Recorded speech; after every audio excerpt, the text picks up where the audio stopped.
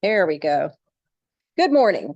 I'd like to call the MetroPlan Orlando Board meeting of December 11th to order. This time, I ask that you please silence all electronic devices. In addition, I'm asking that everyone speak directly into the microphone. It's important for recording purposes and for guests in the audience who have hearing impairments. Lisa, if someone cannot be heard, please make a point of letting us know. We have two opportunities at these meetings for public comment.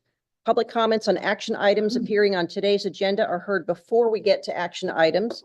Public comments of a general nature are heard near the end of the meeting.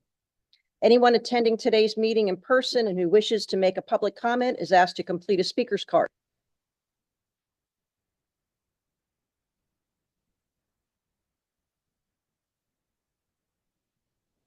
There we go. Members of the public.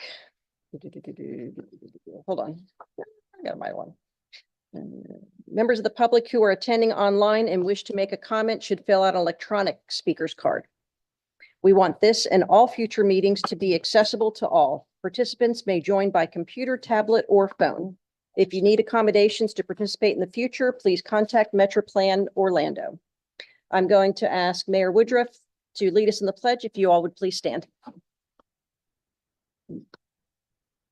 The flag of the United States of America and to the republic for which it stands, one nation under God, indivisible, with liberty and justice for all.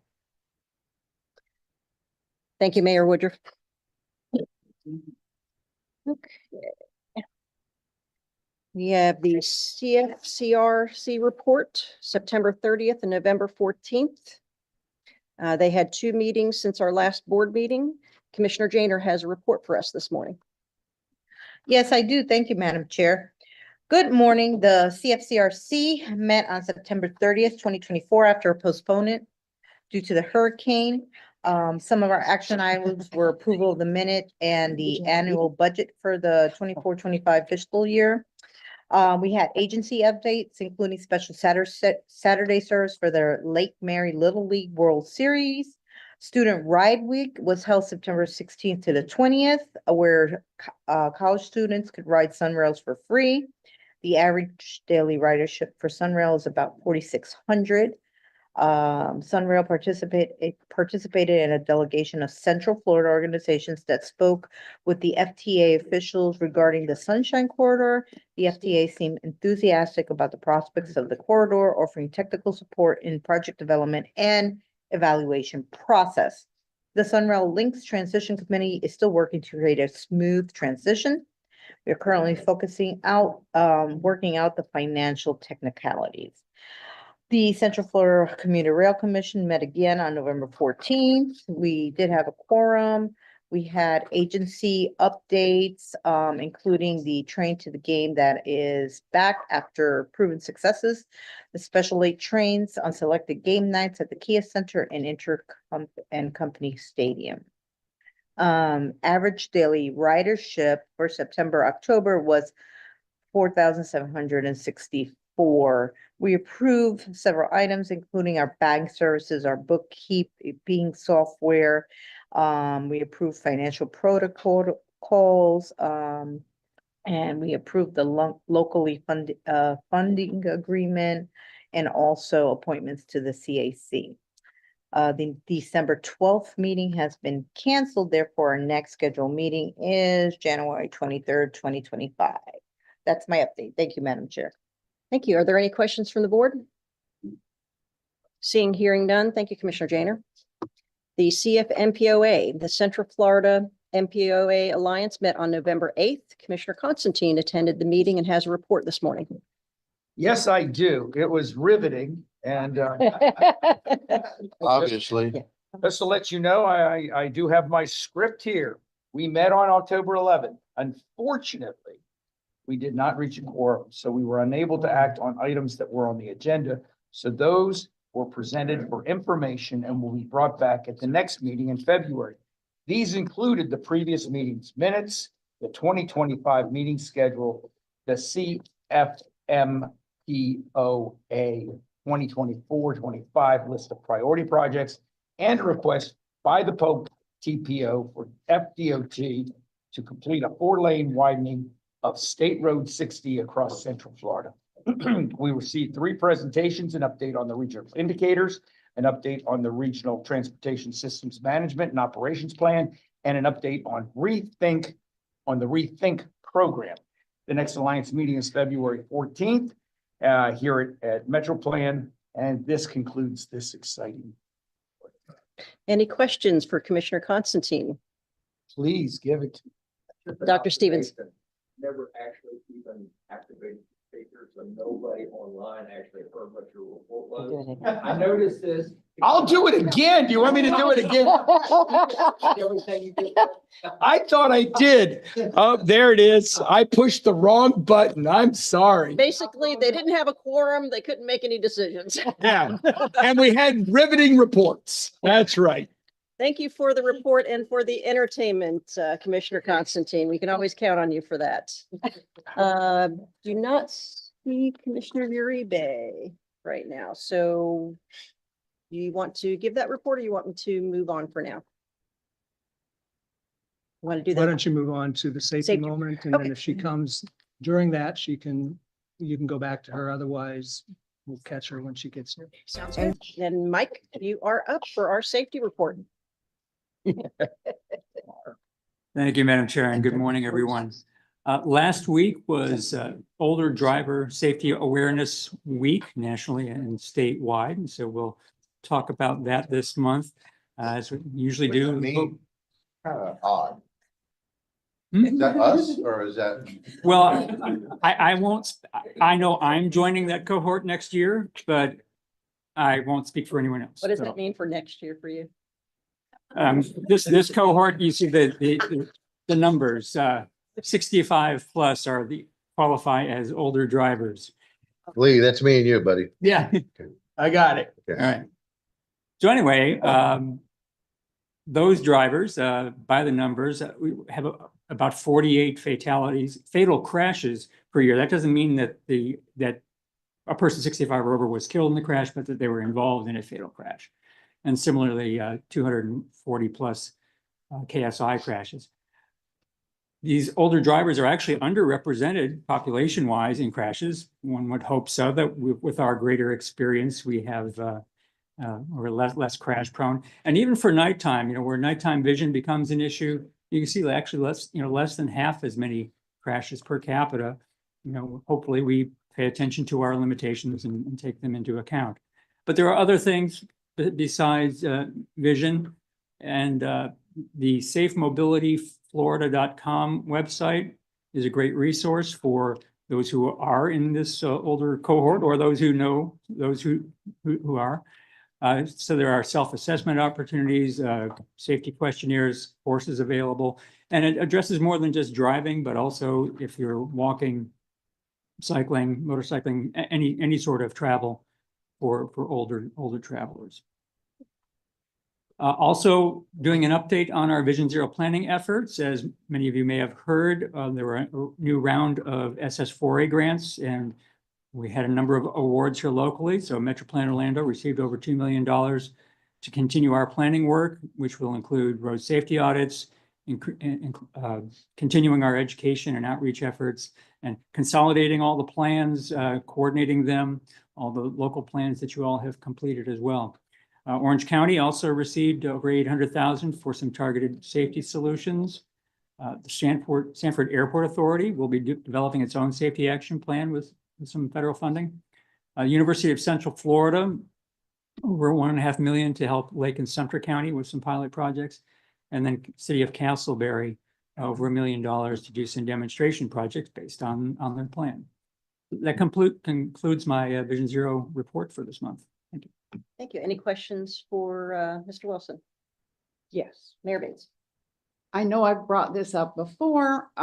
When we get reports on how many accidents, deaths, serious injuries with pedestrians, because we're unfortunately world famous for having more than anybody. Do they ever do a study? Do they separate if they walk in traffic at a like a stop sign or a light, as opposed to walking where they're not supposed to? Because every day I see somebody on 436 or 434 walking in the middle of the road just to cross. Mhm. And if they get hit, it seems like it's not a fair comparison if we're saying, you know, there's X amount and at least half of them were somebody walking where they weren't supposed to. That gives a false narrative. Yeah. Well, we at MetroPlan, we do very detailed crash analysis subsequent to what it comes through the crash report. So the crash tables, the generalized crash tables don't give you a lot of detail, but then we do supplemental analysis where we do get into that, whether it was mid-block and who we failed to yield, et cetera. And by the way, you know, many of those mid-block, it's important to understand that crossing mid-block is not illegal in most circumstances. What the pedestrian has to do, just like anyone else entering the roadway, is yield to approaching traffic. And we all make mistakes. We can make a mistake when we're pulling out of a driveway in our car, or we can make a mistake when we're crossing the road. But yes, we do that both for pedestrians and for bicyclists because we need that extra detail to have an understanding of what's happening. I'm sure. Sorry. Yes, Mike, could you tell us on the audit, what the data points you're going to be looking for, or is it too soon to know exactly how we're going to do the analysis? You're talking about the road safety audits? Yes. Well, that's a very comprehensive approach where you look at all the crashes and look at the existing conditions. There's a field review to look at, you know, spot issues, identifying things that are just not up to code or et cetera. And then identifying potential countermeasures as part of that process. And then how will you select, or how will we select the streets that will be audited? We have our list of top priority, our tier 0, 1, and 2, about 30 corridors. And so we'll be looking at those, seeing which ones are going to be good opportunities for near-term improvements, say if there's a resurfacing coming up. And then working with all of your local governments and FDOT to select those corridors for those assessments. Well, great. 436 and Apopka, we're getting resurfaced soon. We'd love to have you. All right. Thank you. Thank you, Commissioner Moore. Commissioner Delarey? Thank you, Madam Chair. Mike, truly think that Vision Zero is a great idea, great plan, great vision, obviously, no pun intended. But the one thing that I see that's not being addressed is when you're looking at all these traffic calming devices and roundabouts, is what's happening to response time for first responders and the ISO rating. Mhm. Because that's a lot more far reaching than people may realize. And by addressing that, we may have to be building more fire stations.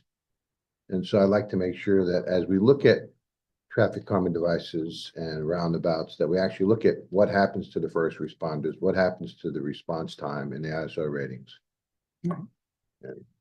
That's not an area of my expertise, but I understand that, but that is something that it it is definitely something we look at. I'm not the chair. Yeah. Hold on. What is your Well- thoughts on that, or what have you heard? Well, I can tell you that, you know, in Seminole County, that we're very careful about putting traffic calming devices in because it slows down first responders. And depending upon what the traffic calming device is, you can have a great effect on the response time and your ISO rating for your fire department. And so we're very careful in doing that. We have to do the analysis.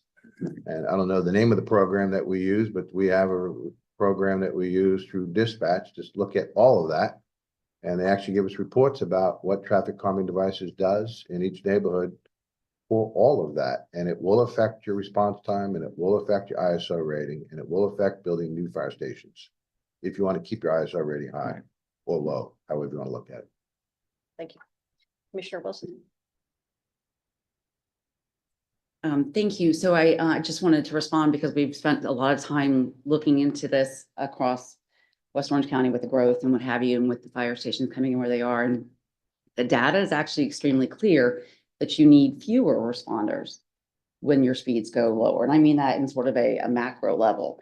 And so if you look at the studies, and I mean across the country, across the world, that in areas where speeds are 10 to 15 miles per hour slower, whether it's because of traffic calming or some other thing, sometimes it's because of cobblestones right here in downtown Orlando, that there are fewer actual calls.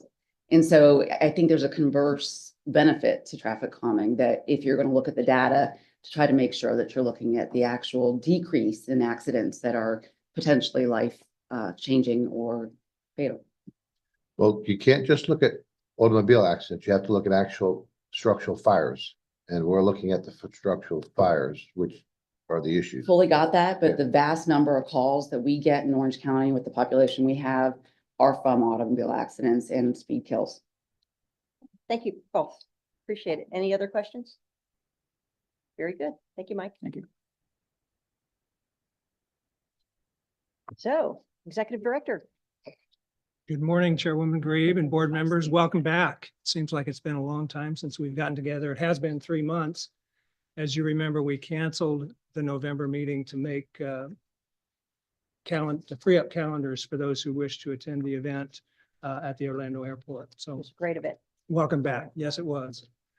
This morning, we welcomed 2 new members to the MetroPlan Orlando Board, Commissioner Semrod, representing Orange County District 5, and Kissimmee Mayor Espinosa. I had a briefing with Mayor Espinosa Monday and with Commissioner Semrod yesterday. We are expecting Commissioner Semrod here this morning, and I understand she's listening in prior to her arrival. Unfortunately, Mayor Espinosa is not- Pardon me. Sorry, I'm here, everyone. I'm walking over right now. Unfortunately, Mayor Espinosa is not able to be here, but she is online, I believe. Yes, I am. Good morning, everyone. Thank you. Good morning and welcome to both of you. Thank you. At the September meeting, we had a presentation, if you recall, from Sarah Strickhauser on the results of the 2024 Regional Transportation Survey. Several board members asked about a statistic that was kind of alarming, showing that 25% of the respondents had missed a medical appointment over the last year.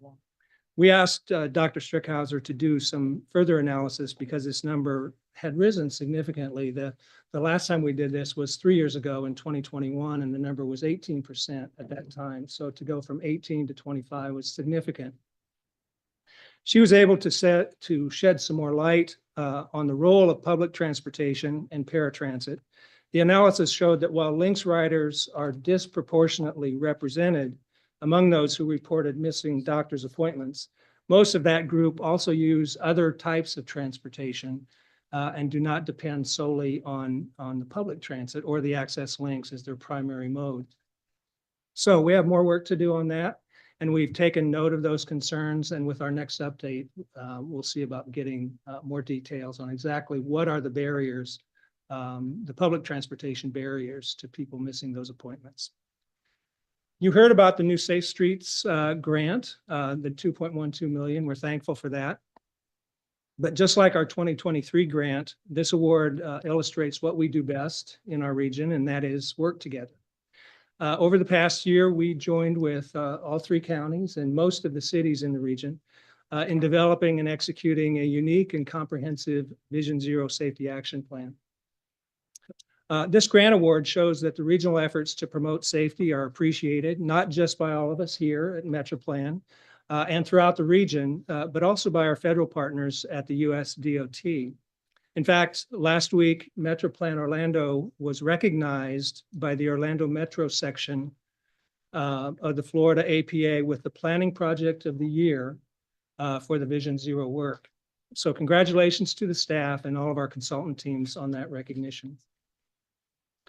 We also received word last week on Monday that our application was approved for $2 million for the prioritization process pilot program discretionary grant. We'll keep you informed on that as we execute that agreement. We are partnered with DOT on that, so we'll be working closely with them. The Florida Commission for the Transportation Disadvantaged at their meeting on September 24th awarded MetroPlan Orlando the 2024 Designated Official Planning Agency of the Year. So another good mark for us, and we can all feel good about that recognition.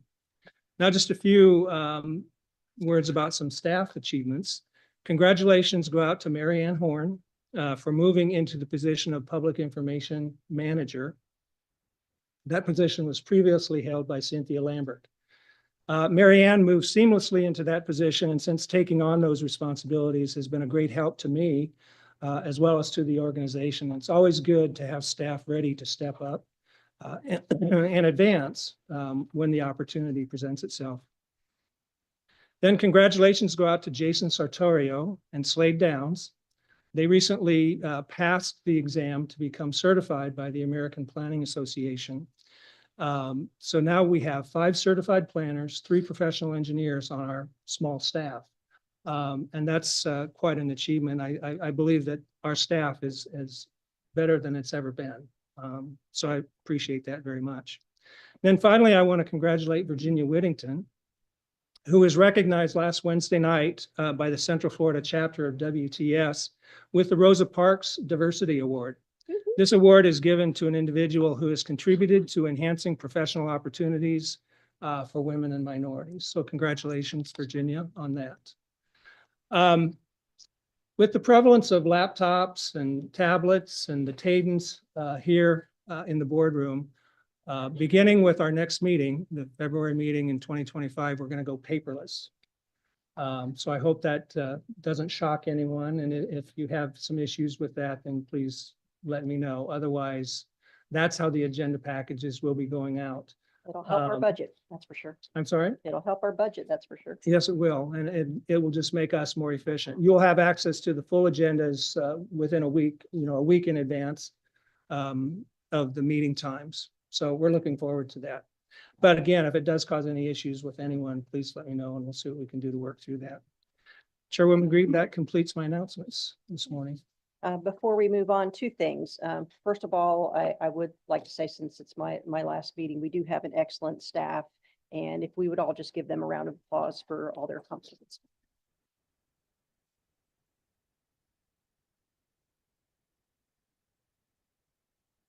Secondly, before we move on to Secretary Tyler, I know that Commissioner Uribe is not going to be able to make it today, so we'll bypass her reports. But there was the blind experience, and I believe we have a video on that I'd like to be shown.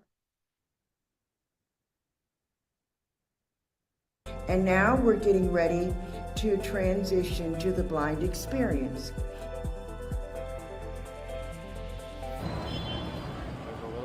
Just walk. It's still concrete.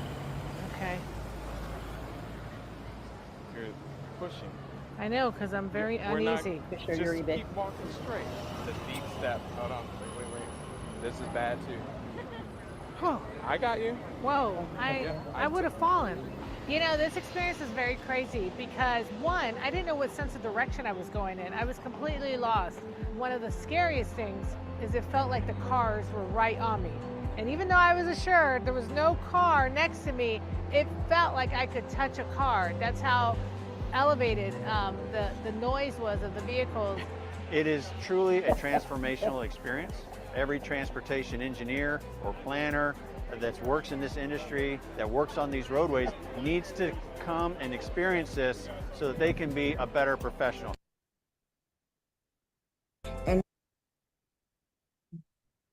If you've not participated in something like that, it's a very unique experience. I have a good friend of mine who is legally blind and is almost fully blind now. She has RP, which eventually go total blindness. But yeah, the other senses that are heightened, and like Commissioner Uribe was talking about, it sounded like the cars were right on you, because since you don't have your sight, your other senses are enhanced. Unfortunately, with her, she also had Usher syndrome, which means that her hearing was also affected. So I told people she can't fart around her then, because that means her sense of smell is very heightened. Okay. With that, Secretary Tyler.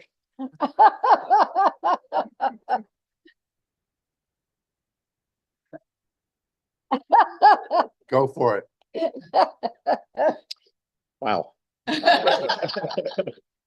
Good morning. Who says we don't have fun at these meetings? Thank you, Madam Chair, for that introduction. And it's great to be back. I can't believe that it's been 3 months since we've all sat here. From my perspective, it has gone by in a flash. I've been telling people it feels like I've been in a time warp. One day it was August, the next day it's all of a sudden December. I think, three hurricanes had something to do with that. But again, glad to be here and appreciate y'all giving me some time to talk about some of the great things that we've got going on here in Central Florida. So I have three topics that I'd like to cover. I-4, which is always an interesting topic for folks. Work program. Also want to talk about that today as well, and then I'll close with some perspectives on safety as we round out the year. So starting with I-4, in one of my previous visits, I mentioned that our moving I-4 forward team, was working on getting under construction, shortly after the beginning of 2025 for the purpose of starting the project, but starting first with building a new lane in each direction. I called it an auxiliary lane at the time. And I had some questions from Mayor Demings about, well, what exactly is an auxiliary lane? Is it like less than a lane? Is it something, just temporary? So it is not. It is a real lane. It's 12 feet wide. It's going to run from one end to the other. It's going to exist through construction and beyond. So it's a lane. So we realized that we needed to sharpen our communications on that.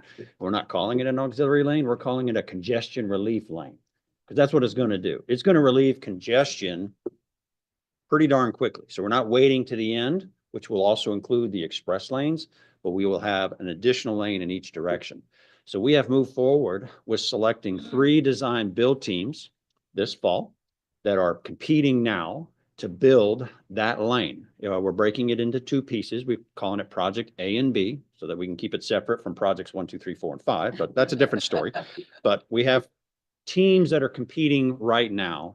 They're going through what we call an accelerated innovation phase, where they're bringing forward ideas to the department. We're collaborating intensely. So far, they've brought over 60 different ideas for how to speed up, accelerate, reduce cost, to get these improvements on the ground. So we're excited to actually go to construction. We believe that we'll be able to go to construction in January on Project A, in February for Project B. And we believe that that additional lane in each direction will be available to the public before the end of 2025. So we're very excited about what's going on there down in Celebration. And that is where they are housed. We do have office facilities down in Celebration. They are continuing to expand those office spaces as they get ready for the intense design and construction coordination that will be beginning in 2025. They've also launched a new website as we get ready for construction. It's called movingi4forward.com, all one word, movingi4forward.com. So encourage everyone to check it out. So a lot of great things going on down in Osceola County to extend those express lanes all the way into Polk County. Now, I haven't forgotten about Seminole County. I know that I've previously also talked about that we're re-engaging on our efforts up in Seminole County to extend I-4 Express, north from Longwood. We are working, extensively on that. I wanted to be able to bring back some thoughts and ideas to this board before the end of the year. Unfortunately, some other things kind of got in the way. But that will be happening in 2025. So our team is working on updating the traffic, updating our cost estimates and our design solutions, and as well as coming up with some ways to break down the project so that we can deliver it in an incremental fashion and being able to deliver it rather than waiting on, another multi-billion-dollar, gift from outside of the region to be able to make it a reality. So more to come on that next year. Moving on to work program. This is, an extensive, very busy time for FDOT right now. And normally this body hears from my staff at this meeting in December on the work program. Unfortunately, this year, with the impact of 3 hurricanes, we needed to take every minute that we had to be able to finalize our work program and submit it to the central office. So we were not able to get into the queue of going through your committees and ultimately coming before this board, but that will happen in 2025. So in the absence of being able to go through what we've normally done, I want to give you some perspectives on what that work program process was able to achieve and some of the constraints that we were trying to balance. So let me set the stage a little bit, because the work program is actually a process that we work on literally all year round. Once we submit it and get it approved by the legislature, we immediately begin planning the next one. And so all the way back in the spring, our executive team gets together and starts looking at our next budget and what priorities do we need to set? What are the things that are on the horizon that are going to influence transportation and our ability to continue to deliver it? So a couple of things came out of that process that is actually very much coming home to roost now that we're producing the work program. We now have had 3 years of back-to-back construction cost increases, price increases across the board. Pretty much everything that we do out in the field costs more in 2024 than it did in 2023, 2022, and 2021. 1 year after another, the cost increases have outpaced, the inflation factors that we use in the planning of our 5-year work program. So that has been a significant challenge for us to address, and so it's definitely baked in there.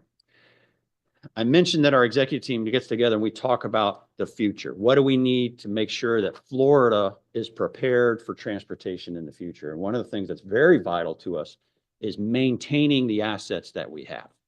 All right. And that's actually a mandate from the legislature, is to make sure that DOT, state of Florida, takes care of what we've built, before we start thinking of new things. And so we had, some pretty big things that we needed to address this year. And it comes in the form of structures and traffic signals. So I'm going to talk a little bit about both of them.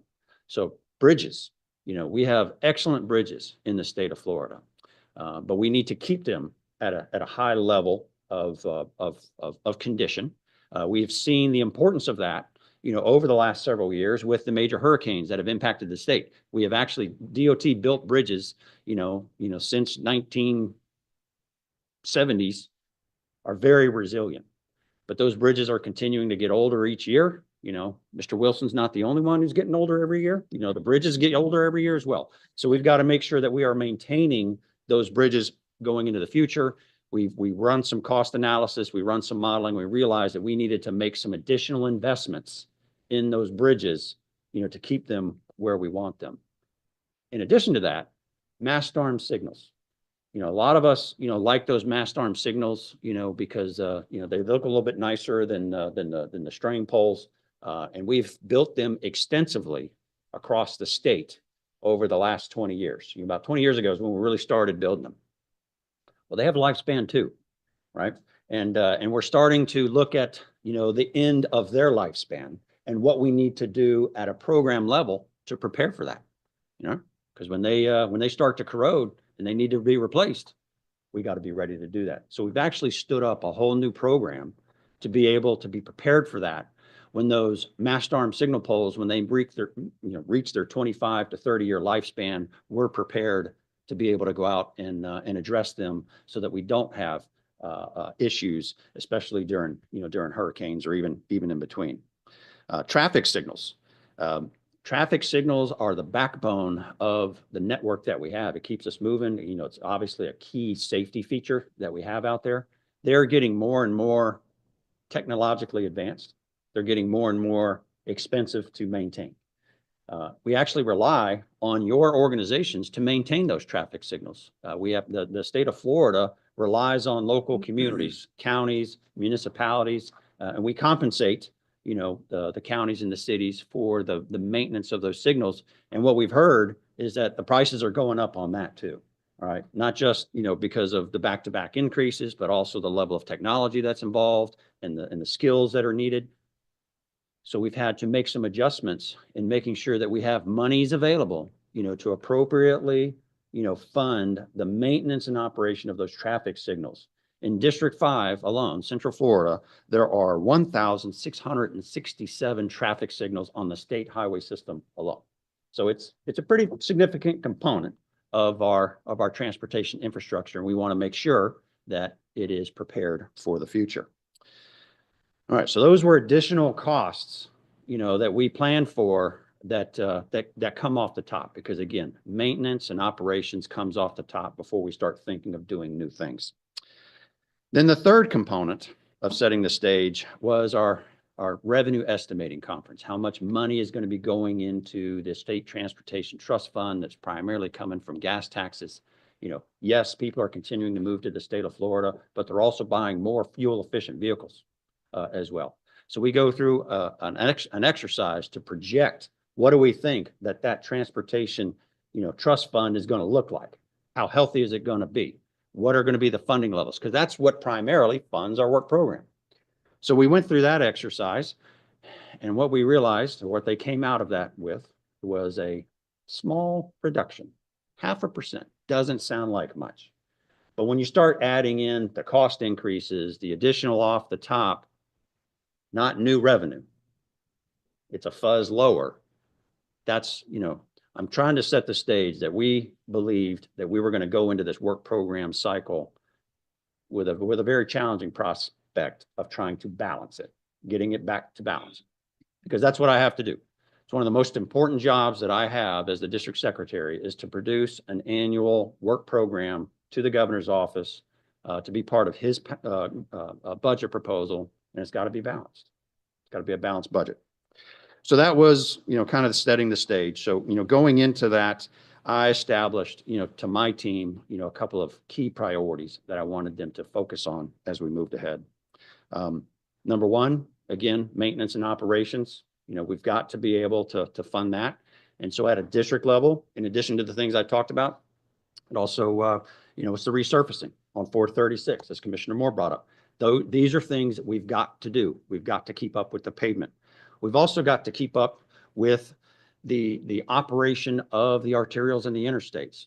Those signs, the ITS cameras, and those dynamic message signs that tell you that there's an incident ahead and an alternate route to take. The road ranger that rolls up next to you when you're, when you need them. That's part of operating the system. That also we need to make sure that we're funding that at the level that we expect. So that was priority number one, maintenance and operation. Priority number two was then trying to hang on to what we already had in the 5-year work program. All right. Funded construction projects that were already in there. The communities expect us to deliver on those. We got to fund those, got to meet those commitments before we think about adding new ones. And that included, several top priorities, from this body. Projects that you have identified as some of your top priorities. And I'm talking about State Road 50 over in East Orange County from Chuliota Road all the way out to State Road 520. I'm talking about John Young Parkway down in Kissimmee at Pleasant Hill Road, one of the most congested intersections in the entire state. And I'm also talking about State Road 434 over in Orange County as well. Those projects alone experienced another $100 million increase in construction costs. That's the level of magnitude. Now, they're some of our most expensive projects outside of the interstate, but that's the reality that we're trying to balance. How do we keep them where they are, experiencing another $100 million worth of cost increase? And then the third priority I had for my team was to prepare for continued uncertainty. Will there be a fourth year of cost increases? I don't know. If anybody here does, please, I'd like to talk to you afterwards. We are starting to see a leveling off of the bid prices, not coming down, but a leveling off. Okay, so that's promising, but will that continue? 3 months of that is not enough for me to say that that's a trend, that we can take to the bank or spend more money, based on. The other thing is, what is 2025 going to bring us in terms of, transportation, factors and influences in our country, around the globe, that are going to have an impact on the cost of transportation. So I wanted to make sure that we were approaching our work program in a responsible manner, which means establishing solid contingencies and reserves, because we know things are going to change. All right. So that's kind of what we went in with, what my priorities were. What were the results? I'm getting to the good stuff. So we talked about, I mentioned, the state highway system, the top priorities, but there are also off-system projects that are in that work program, local community projects that DOT is a partner in. We were able to maintain 35 projects worth over $104 million. So we were able to keep them where they are, keep them on schedules, meet those cost increases as well. Executive Director Huttman and his team, on your behalf, did make recommendations to my team on additional off-system projects to try to accommodate in this work program cycle. There are 5 that we were not able to accommodate at this time. They were recommended in the outer years, 28, 29, 30. So, we may be able to take another look at those, the next time that we go through this cycle. But at this point in time, I was not able to accommodate them and meet all of the goals and objectives that we have. But again, there were many that we were able to maintain on their current schedule. So how did those top priorities for the state highway system, how did they fare? State Road 50 was 2 projects this time last year. In order to keep them on track, more or less, we've had to break them into 3 projects. So we had 2 projects that one wasn't going to be in fiscal year 27. The other one was going to be in fiscal year 29 to be able to balance with all the financial considerations. We broke them into 3 projects. One will still start in 27. The second one will start in 29. And then that third one will be in fiscal year 30. So we're not going to finish on time, but we'll at least be able to start in fiscal year 27 as we had previously planned. John Young Parkway at Pleasant Hill, we were able to maintain it in fiscal year 28. State Road 434, I was not able to keep that in fiscal year 28. That had to be deferred to fiscal year 29. So even with all of these challenges in the goals that we had, we are experiencing some slippage in some of those top priorities for this region for transportation. However, it's not all doom and gloom. Commissioner Constantine was there at the MPOAC, and he reminded me of that when I went through, some of this, that it's not all doom and gloom, is it? No, it's not all doom and gloom. So we do have some new transportation opportunities. Now, these are going to come, I'm going to sound like I'm talking out of both sides of my mouth, okay? But that's because we have a district level work program that I have to manage and I have fixed finite resources for. But then there are also state programs as well. And those state programs, I get to advocate on your behalf that, hey, we need these things down here in Central Florida. And if I advocate successfully, then we get some additional money, some additional projects. So one of those is truck parking. We were able to get a significant grant from US DOT for truck parking that had to be matched, with a state match. So that's in our work program, and we'll be moving forward with Volusia County and the Seminole County sites in fiscal year 26. We'll be moving forward with Osceola County site after that. So those are now in the work program, and those funds came from the statewide freight program. So we were successful there. This is something new for even my CFCRC commissioners. I haven't even had a chance to let y'all know this, but the bridge over 1792, we were able to receive $84 million to replace that bridge, the Sunrail Bridge over 1792, from the statewide rail program. So that's we're looking forward to that. We were able to receive $5.5 million for the Orlando Sanford International Airport and almost $27 million for Orlando International Airport and Orlando Executive Airports. All of those monies came from the statewide aviation programs. And then another one that we were able to accomplish, with a great partnership with Seminole County, is the intersection improvements at State Road 434 and Ronald Reagan. We're able to get that funded in fiscal year 26 because Seminole County, with a successful pass of their infrastructure tax, they were able to advance the money for that construction. DOT will pay Seminole County back in outer years. So that's new money coming from right here in this community, but that is your number one unfunded priority on the state highway system is State Road 434 at Ronald Reagan. So thank you to Seminole County for being willing to step forward and say, how can we help you make this happen? I said, well, I need another $6 million. And they said, okay. You all had the leadership. You all had the leadership to say, this is where we want to spend it. Your number one priority.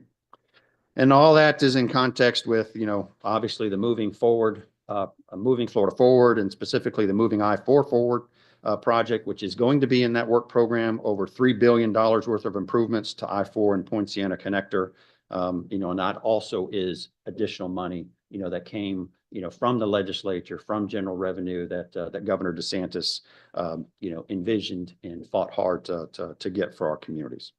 So I unpacked a lot there, but, I at least wanted to give you some context of how we got to this point. There's some good things. There's some very promising things. We weren't able to accomplish everything that we desired.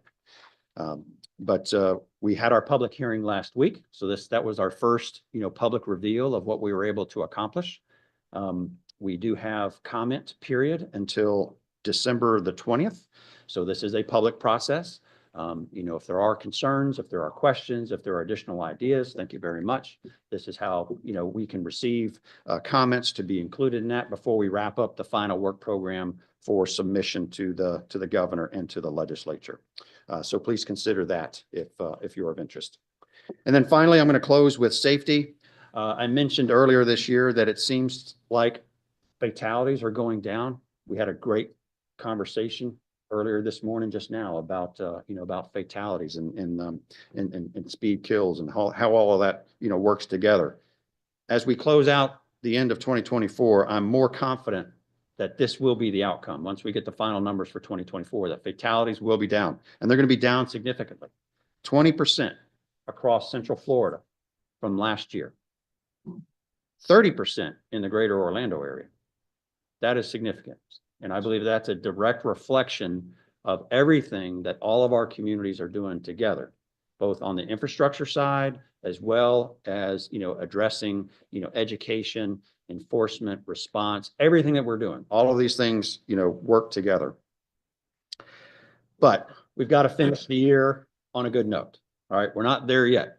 We still have a few more weeks of 2024.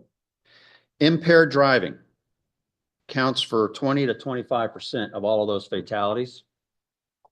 And starting today, just by coincidence, it starts today. We didn't start it today because I was coming here, but this is a whole state of Florida thing and just happens to start today. FDOT is launching a holiday version of the Drive Sober or Get Pulled Over public safety campaign. So a special holiday version as we go through the end of the year. So please be on the lookout for our new materials, our new marketing materials, and consider sharing them on your platforms, on your networks, and with your communities so that we can finish 2024 on as positive a note as we can and go into 2025. Actually, I believe we are making a real difference with saving people's lives on our roadways. So thank you very much. I know I covered a lot this morning, but I will take any questions that the board may have. All right, Mr. Secretary, just two questions. One, can you give us an update on the progress on the construction of the interchanges at Sand Lake and then Darrell? Then I'll ask you the second question. Yes, sir. Yes, sir. So we have made a tremendous amount of progress on those interchanges this year. Sand Lake Road, we converted it to a diverging diamond in the middle of construction. Usually we do those things, towards the end, but we did it, actually at the beginning. It has made a pretty significant, difference on travel times through that area. We continue to, to work on those, on that interchange specifically. Piles are being driven, concrete bridge decks are being poured.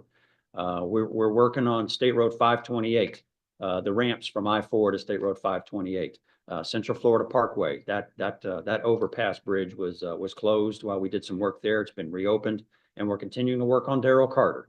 We expect to be able to open up that's an overpass that Orange County built several years ago. And the current project is going to convert that overpass into an interchange. We believe that we'll be able to open that interchange and its movements, its ramps to and from I-4 in probably February, March, April-ish of 2025 of next year. So we're making great progress across the corridor. Thank you, Mayor. And Sand Lake projected completion date?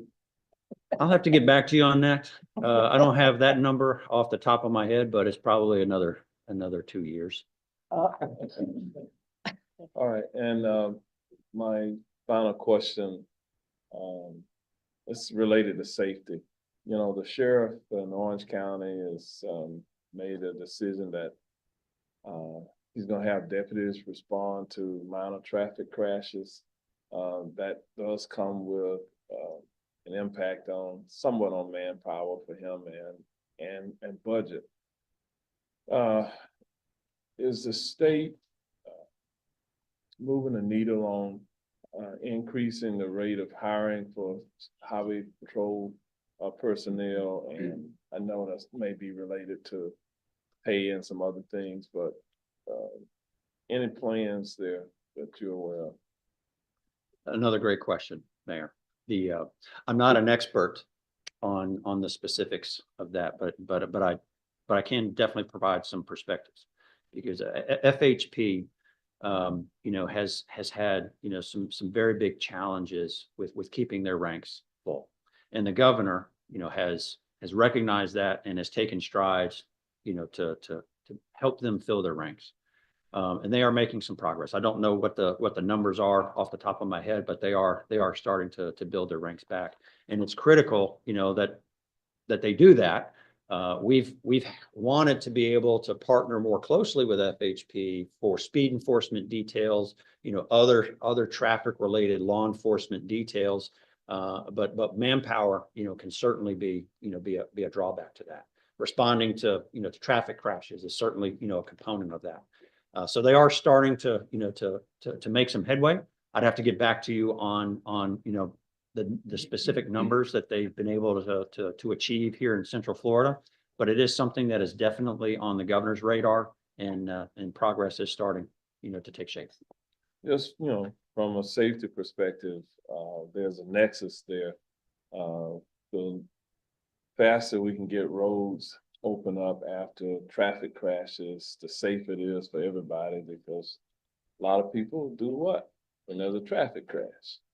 And the law enforcement vernacular, they rubberneck. They're looking, and what do? They cause additional crashes. So I think the sheriff's position has been, since in many cases, the response time for the highway patrol can be several hours before anyone responds. And so local law enforcement is responding, and they're there, they're directing traffic in the unincorporated areas of the county.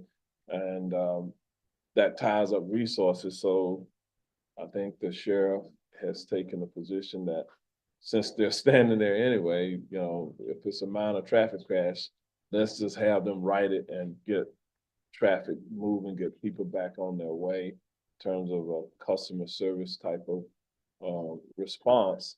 But there's a cost, for me, looking at the county's total budget and the sheriff's budget, it is our public safety budgets are just ballooning significantly. And so just managing the budget across the county, that's an area that is of concern to me. It's somewhat of a cost shift away from the state to the local governments. And so this is something that I've been monitoring for a long time. And I think the reduce traffic crashes and get with our vision zero policy, that's going to be critical to us moving the numbers as quickly as we can to get to that point. So thank you for the feedback.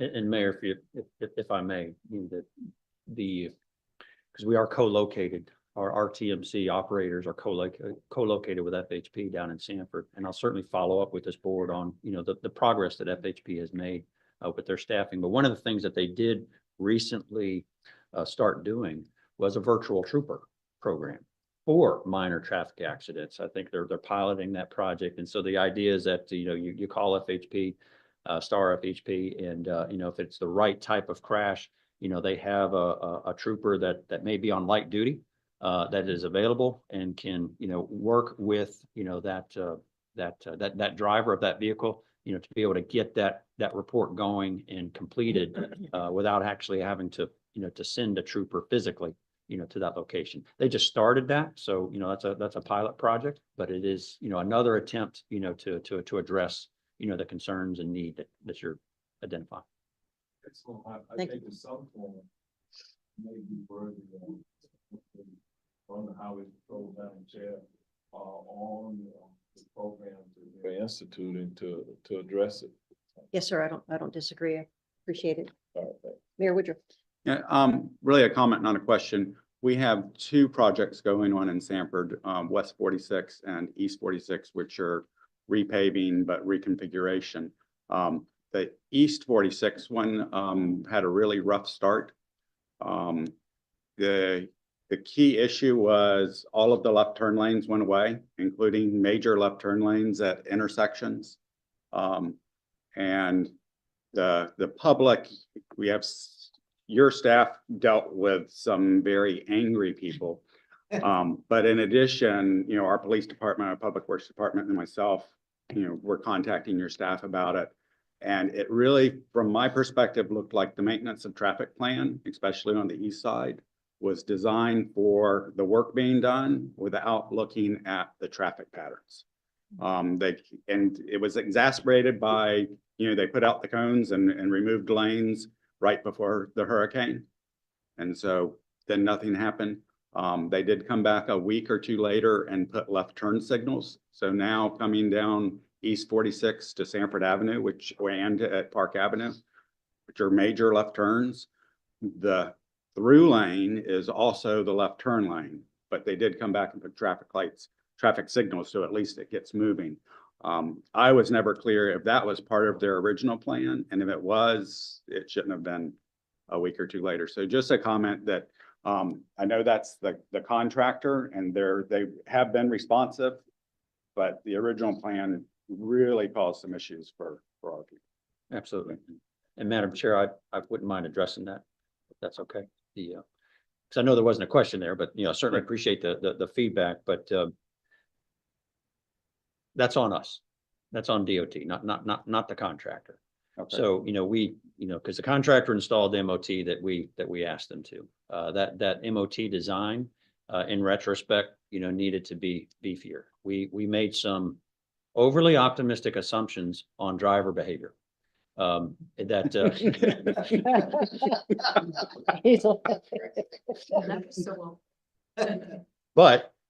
so when we don't always, get these things right the first time, but we do learn and we do respond. So we got out there, we observed what was happening with those drivers, what they were doing at these intersections, what they were not doing, what we assumed that they were going to do and what they weren't. And so then we started making adjustments, and we started directing our contractor. We need you to do this. We need you to modify this, modify that, add this, add that. So we believe that we're in a better spot now. And I certainly wish, that we had gotten off on a better foot, but it was a learning opportunity for us. And, but I won't blame the contractor. That's on DOT. And I will say, one of the neighbors there, one people right on the street called angrily demanding that someone come out, not expecting a response. And they said, I can be there at 8 a.m. tomorrow morning. And they were out there and met with the resident. And so they did respond. Thank you both for your comments. Okay, ready to move on? Can I actually add an Can I make an observation? Quickly, Dr. Stevens, please. I heard really relatively no mention of transit in the secretary's report. We continue to make the same choices, expecting different outcomes. Let's add another lane. Let's do this. Matter of fact, I was actually a little confused because you led your report talking about adding lanes on I-4, and then you went back to say the number one priority is maintenance and operations. So I didn't know exactly where that was going, but we need to diversify our transportation system. For example, how many people have died on Brightline or Sunrail? I mean, you can get flat out drunk and go onto these trains, not an issue. I don't have as much confidence in the drivers as you kind of suggested. You know what I'm saying? So we need to really consider that more seriously than we have in the past. And I think actually as policymakers, you're going to find that the money is going to be considerably in our favor when we do that, because we continue to throw billions and billions of dollars, so That's my observation, ma'am. Thank you for your time. I appreciate it. Thank you, Dr. Stevens. And I know that's part of the overall of what we're trying to do, look at holistically. But there's also challenges with that as well. Okay, roll call. Ms. Smith. Yes, good morning. And for the members that are joining us virtually, if you could please unmute yourself now for the roll call and go on mute again once your name has been called. Arrington. Here. Bates. Here. Constantine. Here. Gomez Cordero. Delari. Here. Demmings. Here. Dyer. Here. Dowless. Here. Espinosa. Here. Gilbert. Here. Grebe. Here. Janer. Here. Moore. Here. Nelson. Here. Scott. Simrad. Smith. Here. Ortiz. Here. Uribe. Good for Wise Hire. Wilson. Here. Woodruff. Here. Madam Chair, that concludes the roll call, and we do have a quorum physically present. Thank you so much. Okay, agenda review, Mr. Putnam. Yeah, Madam Chair, I do have a couple of comments. The consent agenda this morning includes the meeting schedule for 2025, typical in December that you approve that. As you know, for the past several years, we've adjusted our July meeting schedule to accommodate budget hearings. And that is reflected in the schedule that's in your packet. But I heard last Friday in a discussion I had with Mayor Demmings and then confirmed earlier this week that we don't need to make that adjustment in July. So we get to go back to our 9 o'clock meeting schedule on that date. So with the board's approval of the consent agenda, acknowledging that change in agenda item 9E, we'll go ahead and send out a revised schedule. And then secondly, you'll be hearing of a change to the first action item on the printed agenda this morning, and Jason Sartorio will be covering that in his recommended motion to the board. And that's all I have on the agenda, Madam Chair. Thank you, Mr. Hutman. Motion to approve. Gainer. Motion to approve with that adjustment to the schedule. Second one. I have a second by Commissioner Moore. Any further discussion? All those in favor state aye. Aye. Opposed, same sign. Motion carries. Okay. Committee reports. The MAC. Mayor Dallas. Thank you, Madam Chair. The Municipal Advisory Committee met on November 7th.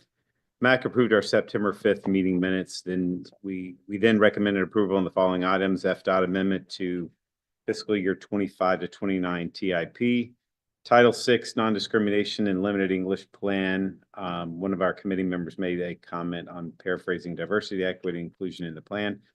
Draft 2025 Board of Advisory Committee calendar. MAC received 4 presentations. We received the status update on 2050 MTP, a presentation on the regional traffic signal retiming program. We then received a presentation on bicycle safety and related topics. And last, we received a presentation from FDOT on the Rethink Your Commute program. That concludes my report. Thank you. What was the item with DEI? Someone asked, it was about the inclusive, Virginia was about, it was about matching up to what the state requires in terms of that. It was explained. Okay, very good. Any other questions for Mayor Dallas? Thank you, sir. Community Advisory Committee, Dr. Stevens. Good morning, Madam Chair and members of the board. CAC met on October 23rd and then again on December 4th. We didn't have a quorum at the October meeting, so we couldn't vote on recommendations. However, we did have a quorum in December. Committee members recommended approval of the December TIP amendments, but did not recommend approval of the proposed October TIP amendments, specifically because of the item related to improvements by GOA. Although staff explained the reasoning for including the project amendment, some members felt the improvements did not fulfill the goal of being multimodal. No mention in there. We recommend approval of the draft updates to Title VI non-discrimination plan, limited English proficiency plan, as well as the proposed meeting schedule for 2025 and the proposed amendments for the 2045 MTP. Committee held elections for the 2025 committee leadership. Current officers will serve another term. I will continue as the 2025 chair, and Miss Nalisa Council will be vice chair. Members heard presentations from MetroPlan, Orlando's EV readiness study, and the Best Foot Forward annual report. I think these are two important areas in which the region needs to move ahead. Next regular CAC meeting will be January 22nd, and that concludes my report, ma'am. Thank you. And which item was it that GOA was under? That you did If not- I can press that my the button committee- there. That the committee. did It not was make- the $2 billion ask. It was actually a loan, the TIFIA loan they're seeking to build a rental car parking garage under the auspices of, a multimodal project. And so people, which I could qualify my comment, the CAC is a fairly contentious committee. You guys, if you bring the popcorn and watch us, and it's wonderful. But despite that, we represent all aspects of the political spectrum. We were fairly unified in our opposition to that particular ask. And so that kind of shot it down. So that was the GOA TIFIA. I don't know exactly what the official language of it was, but thank you, ma'am. Thank you, Dr. Stevens. Any other questions? Very good. The Technical Advisory Committee, Doctor, just elevated you. Mr. DeVries. Thank you. Good morning, Chair and board members. I'm the TAC Chair, Joshua DeVries. TAC has met twice since the last board meeting. These TAC meeting dates were October 25th and December 6th.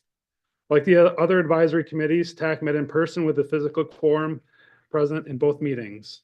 Our action items, all of which were unanimously approved and recommended for your approval, include the August 23rd and October 25th meeting minutes, amendments to the 2025 through 2029 TIP, Title VI Plan and Limited English Proficiency Plan, MetroPlan Orlando Advisory Committee meeting schedule, appointment of Officer Selection Subcommittee, amendments to the 2045 MTP, and election of TAC officers for 2025.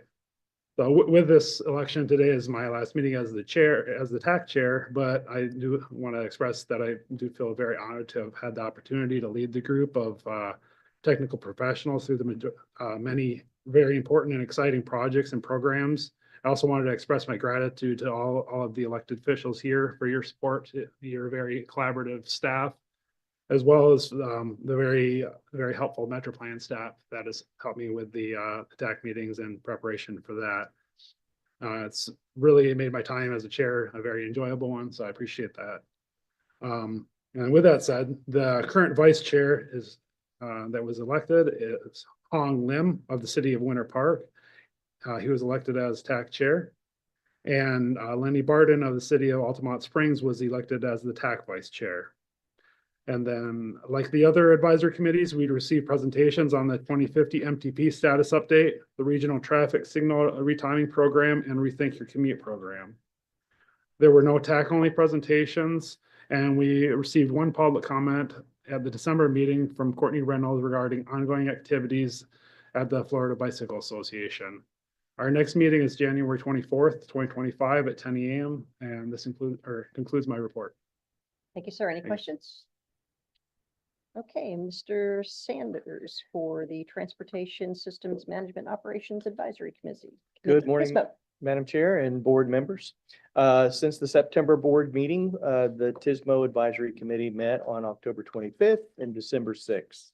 The following items were approved at the October meeting, which included the minutes from the August 23rd TISMO meeting, as well as amendment to the 2025 to 2029 TIP, which included traffic signal improvements on Buenaventura Boulevard from Florida Parkway to Osceola Parkway, and the MCO Multimodal Connections Program. We also approved requests to the update to Title VI and Limited English Proficiency Plan, the proposed 2025 MPO committee meeting schedule, and the appointment of Officer Selection Subcommittee. During that October meeting, we had 3 presentations. First one was a status update on the 2050 MTP, as well as Regional Traffic Signal Retiming Program and FDOT's Lane Closure Notification System. At the December 6th meeting, we approved the following items, which was the minutes for the October 25th TISMO meeting. MPO staff also requested to amend the 2025-29 TIP to include the Protect Grant for Orange County, the Protect Grant for Osceola County, the addition of lane capacity on I-4 from east of US 27 to west of 429, as well as lane capacity for I-4 from west of 429 to east of World Drive.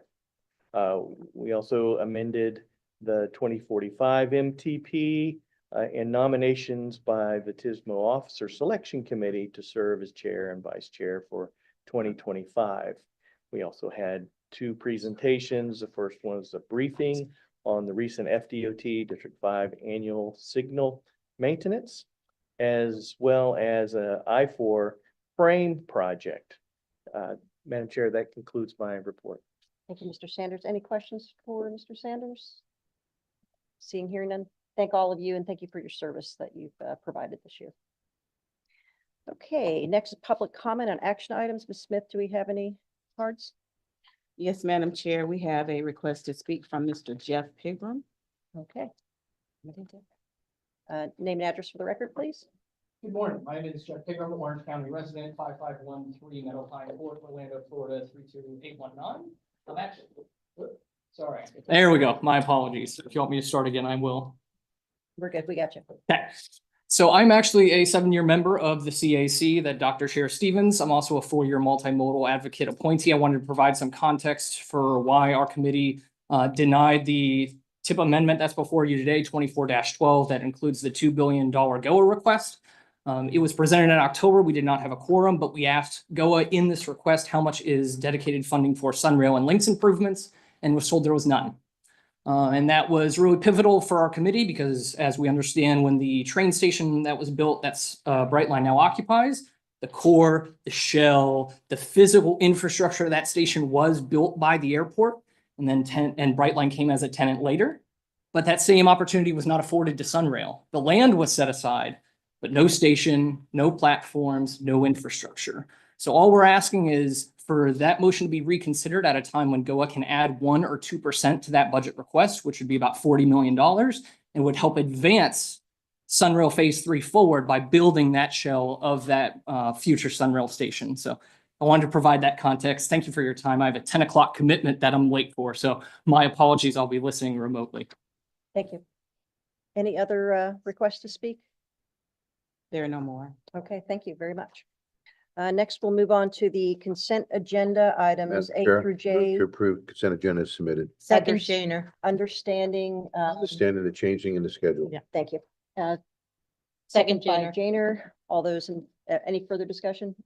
All those in favor state aye. Aye. Opposed, same sign. Motion carries. Okay, action items. Mr. Jason Sartorio, I believe you are presenting. And congratulations on your. Thank you. Good morning, Madam Chair and board members. This morning we have 2 sets of resolutions for approval, one from last boarding committee cycle and one for the current boarding committee cycle. Additional information regarding both sets of amendment requests are located in tab 2 of your agendas. So we're going to start off with the amendments from last cycle. The first amendment will increase ACSS funds and local funds in fiscal year 2025 for construction of the Buenaventura Boulevard Complete Streets project from Florida Parkway to East Osceola Parkway. And the next amendment is for GOA to add a new consolidated rental car facility and associated roadway improvements. This amendment will include financing from a federal TIFIA loan. And this is a bit of a unique request because in order to secure the loan, the project must first be included in the TIP, whereas typically projects are not added into the TIP until after funding has been awarded. We are including the project in the TIP proactively for purposes of planning consistency, and we've added several caveats within the TIP amendment. As mentioned earlier, you have some additional information on this amendment. Looking tab 2 of your agendas. With that being said, unless there are any questions, we're asking for your recommendation of approval. Thank you. Commissioner Moore. Time's up. No, sorry. Could you expand a little bit on the order of things procedurally and process wise for that grant and why we are in a position to do this out of order with that particular project? Sure. Specifically for the federal TIFIA loan, it was a prerequisite with the filing that the project was already included in the TIP. So we're adding it into the TIP and just having a line item at the bottom, kind of a note just stating that those funds are not actually programmed. It's just for informational purposes. And then once the funds are programmed, we'll remove that caveat and add everything in. Okay. Did that answer your question? Yes, it did. Okay. Mr. Good, would you like to speak to this at all? Not chairman any longer, and I'm uneducated on it, so I'll ask, but we can talk about it afterwards. Okay. So it's no, Two mayors may know more about it. no funding effect to Metro. Correct. Not until the loan has been approved. Not until the loan's been approved, which would mean then, which would mean what then? If I can just provide for clarity, Thank you. this particular one, GO is pursuing a TIFIA loan. That's a federal financing. It's not a grant, it's not formula funds. It's a loan that GO will be a direct recipient for. So they'll be servicing the debt with their local funds. So with GOA generated revenue, and all that would be included in GOA's budget in that grant, that federal credit agreement. So there's no impact to our long-range plan, no impact to our federal distribution of funds. This is a federal loan that needs to be included in our planning documentation for planning consistency. But GOA will be pursuing that directly at this time. Okay. And we do have Brad Friel, sorry for the thought, but we do have Brad from GOA if you have any particular questions on this matter. Any other questions on this? So it doesn't affect our budget? It just needs to be placed on our long-term planning. Madam Chair, motion to approve. Second. I have a motion and a second by roll call. Commissioner Arrington, Jader Arrington. This is a roll call. Arrington. Bates. Yes. Constantine. Yes.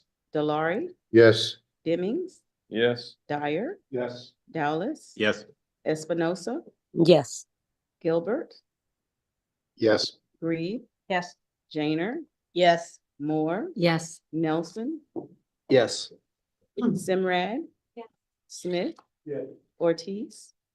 Yes. Good for Whitehire. Wilson. Yes. Woodruff. Yes. Madam Chair, motion carry unanimous. Thank you so much. Next, we have Ms. Taylor Laurent for approval of amendments to the 2045. Madam Chair, we have Okay. another Still me, sorry. Yep, Which- still you. The next set of amendments. So these are the amendments for this current cycle. As noted by Gary during agenda review, we do have one change from what is provided in the agenda packets. At this time, MetroPlan Orlando staff is recommending pulling FM number 447-104-1 from action today. And this amendment item will be brought back upon further review of additional information to be provided by FDOT. With that said, we have 5 other action items for consideration today. One is for a federal transit and missions discretionary grant received by Lynx. 2 other federal resilience protect grants received individually by Orange County and Osceola County. And these grants will focus on improving stormwater management.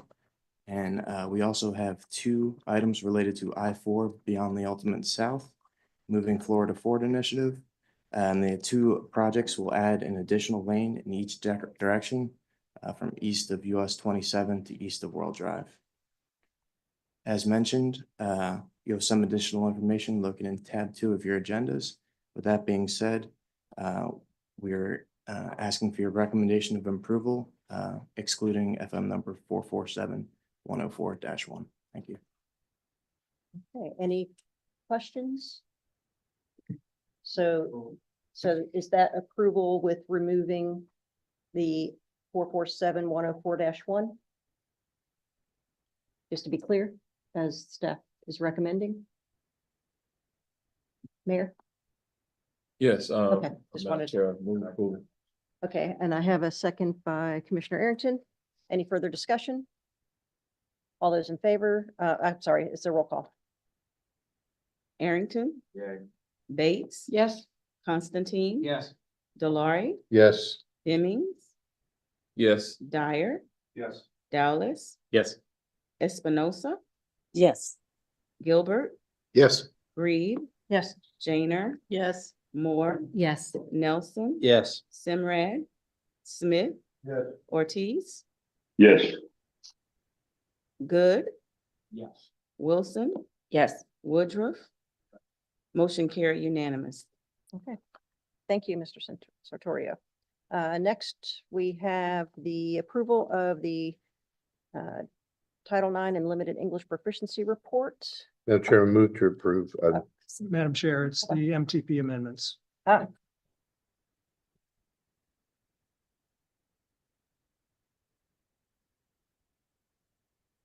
MTP amendments. Item B on the agenda. That's, okay, sorry. Go ahead. Yes, now Kelly. Yes, good morning. There was two in A. My name is Taylor Laurent, and I'm presenting a few amendments, proposed revisions for the 2045 MTP. So this is the document that we adopted back in December of 2020, and what we still have in implementation and are working with even as we work towards updating it for 2050. So this is the document we're living with and maintaining now.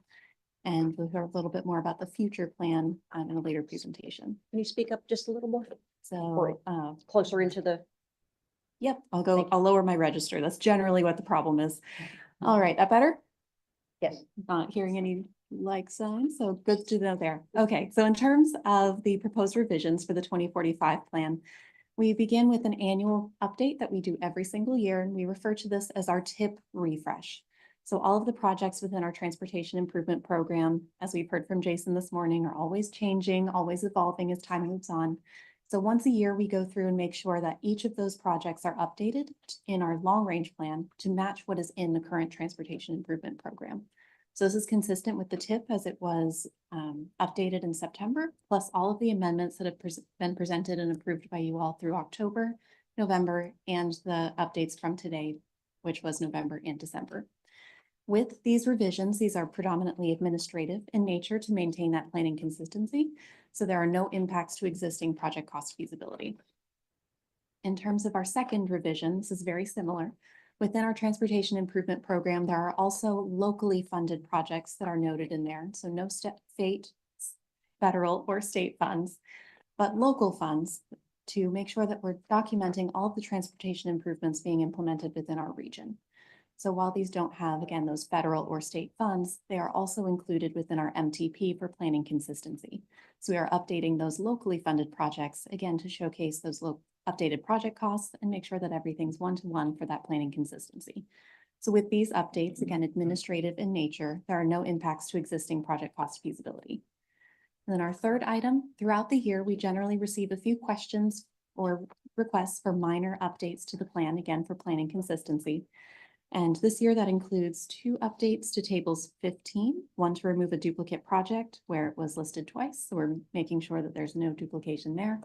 And then on table 18 for Osceola County locally funded projects, the addition of developer funded projects, again, for planning consistency. So those projects can be considered by other planning agencies, such as the DOT and the Turnpike, when they're doing planning projects within those same areas.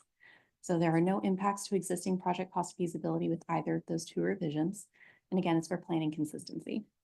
And we did receive 2 comments for requested revisions as well as we've gone through this update process over the past few presentations. The first being to make a few typographical edits for 2 West Orange Trail projects to make sure that the project names are consistent with the latest information. And then the updating of 4 projects funded locally by Osceola County to make sure that while they're under construction, that the project cost estimates are updated to showcase the full amount of the construction underway. So with those changes as well, those requests we've received from the Technical Advisory Committee, there are no changes to existing project cost feasibility. So with that, unless there are any questions, we are asking for your recommendation of approval to the proposed revisions as they've been presented today. Any questions? Second one. I have a motion by Mayor Dyer, second by Moore, Commissioner Moore. Any further discussion? This is a roll call vote. Arrington, Bates. Yes. Constantine. Yes. Valari. Yes. Demmings. Yes. Dyer. Yes. Dowless. Yes. Espinosa. Yes. Gilbert. Yes. Reed. Yes. Janer. Yes. Commissioner Moore. Here. Nelson. Yes. Simrad. Yeah. Smith. Yes. Ortiz. Yes. Good. Wilson. Yes. Woodruff. Yes. Motion carried unanimous. Thank you. Okay, now we have Mary Ann Horn with the approval of the Title IX and Limited English Proficiency Report. Good morning, Madam Chairwoman, Board. It's my pleasure to come before you again today, as I have in the past, to discuss an update of our Title VI program, which includes our non-discrimination and language plan. This is a normal occurrence for us. I was here about 5 years ago, but it's a good time to think about the situations that some of the people in our region have, some of the barriers they have to participating in our process. You see some of them listed here relating to income, ability, and age. There are many more. And so this is the job of this plan, is to try to make our information and decisions on transportation planning for the region more accessible to everyone. It comes in two parts. As I mentioned, the Title VI of the Civil Rights Act of 1964, which prohibits discrimination, and then also the Limited English Proficiency, or LEP plan, which urges us to seek ways to engage people, especially at all levels of ability to speak English, because most of our work is conducted in English. And I will tell you just a little bit about how we're doing that. Title VI, as I said, prohibits discrimination for a number of protected groups. Our Title VI non-discrimination plan also outlines how we serve our community without discrimination, and also, of course, what is required of us, which is how our transportation planning process complies with federal and state non-discrimination requirements. Limited English Proficiency gives us guidance on engaging people who primarily speak other languages, relating to all of our products, participating in the process as individuals, reading information that we have, and accessing sources of information that we may have on the web. We have a great example, I will just mention, of some printed materials that we recently have put out for our 2050 MTP. They're on the table over here. We have our regular brochure in English. We also have the complete brochure translated into Spanish and Haitian Creole. And I would urge you to look at those to see how some of our products can be made accessible. And please take them with you. And if you have needs for more, I have boxes in the back. As part of this, we have discussed the transportation underserved communities, which are places where people are more likely to face challenges to participating in our process. And we used federal guidance in coming up with those maps. We would certainly say that the transportation underserved communities are not the only places where disadvantages exist in our region, as all of you well know. This is that information in map form, bringing one footnote to that, which is that large southeastern green tract there of Osceola County, which is listed as an underserved community. It's very rural, has a very small population, but also has very few transportation options for people. Then you see the other green areas sprinkled throughout that show some of the areas where this federal guidance shows us that people are particularly disadvantaged. And you see on the side numbers that relate to how much of our region experiences that type of potential disadvantage.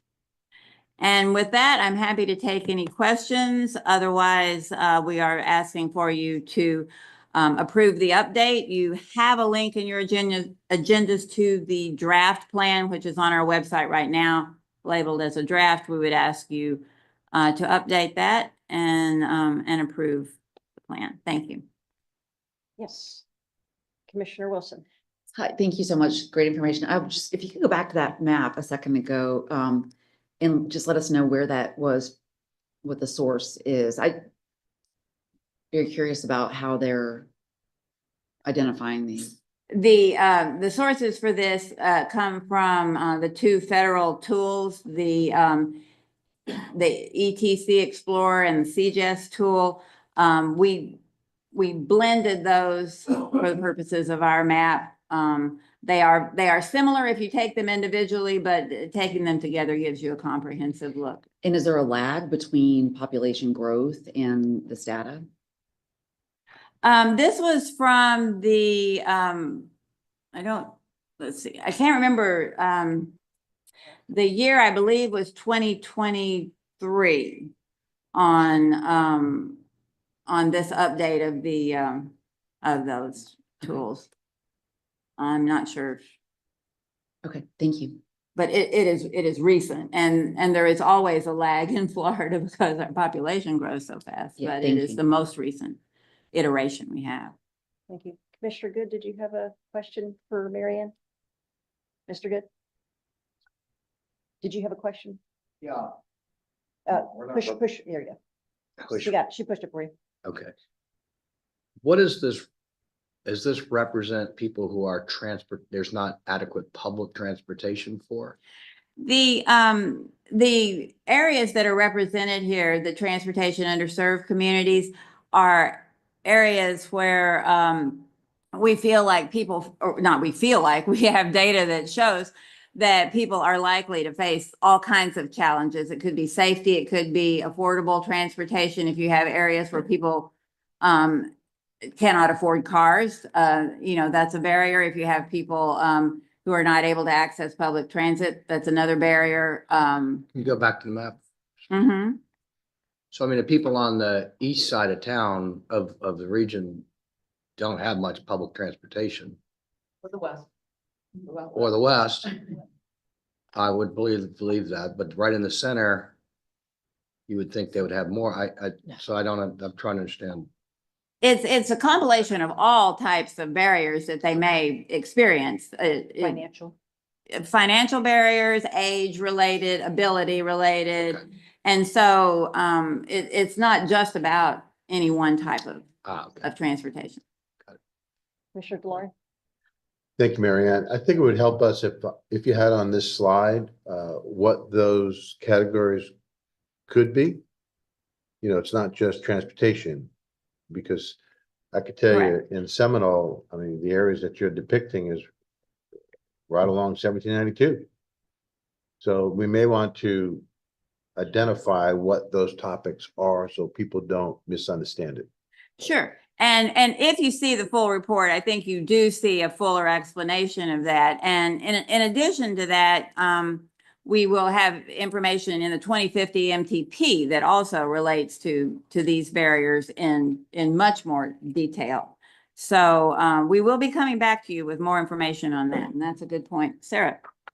Hi, everyone. I helped out with this study. And so we did, using the ETC from the federal government, as well as CGEST, it's looking at over 40 different factors.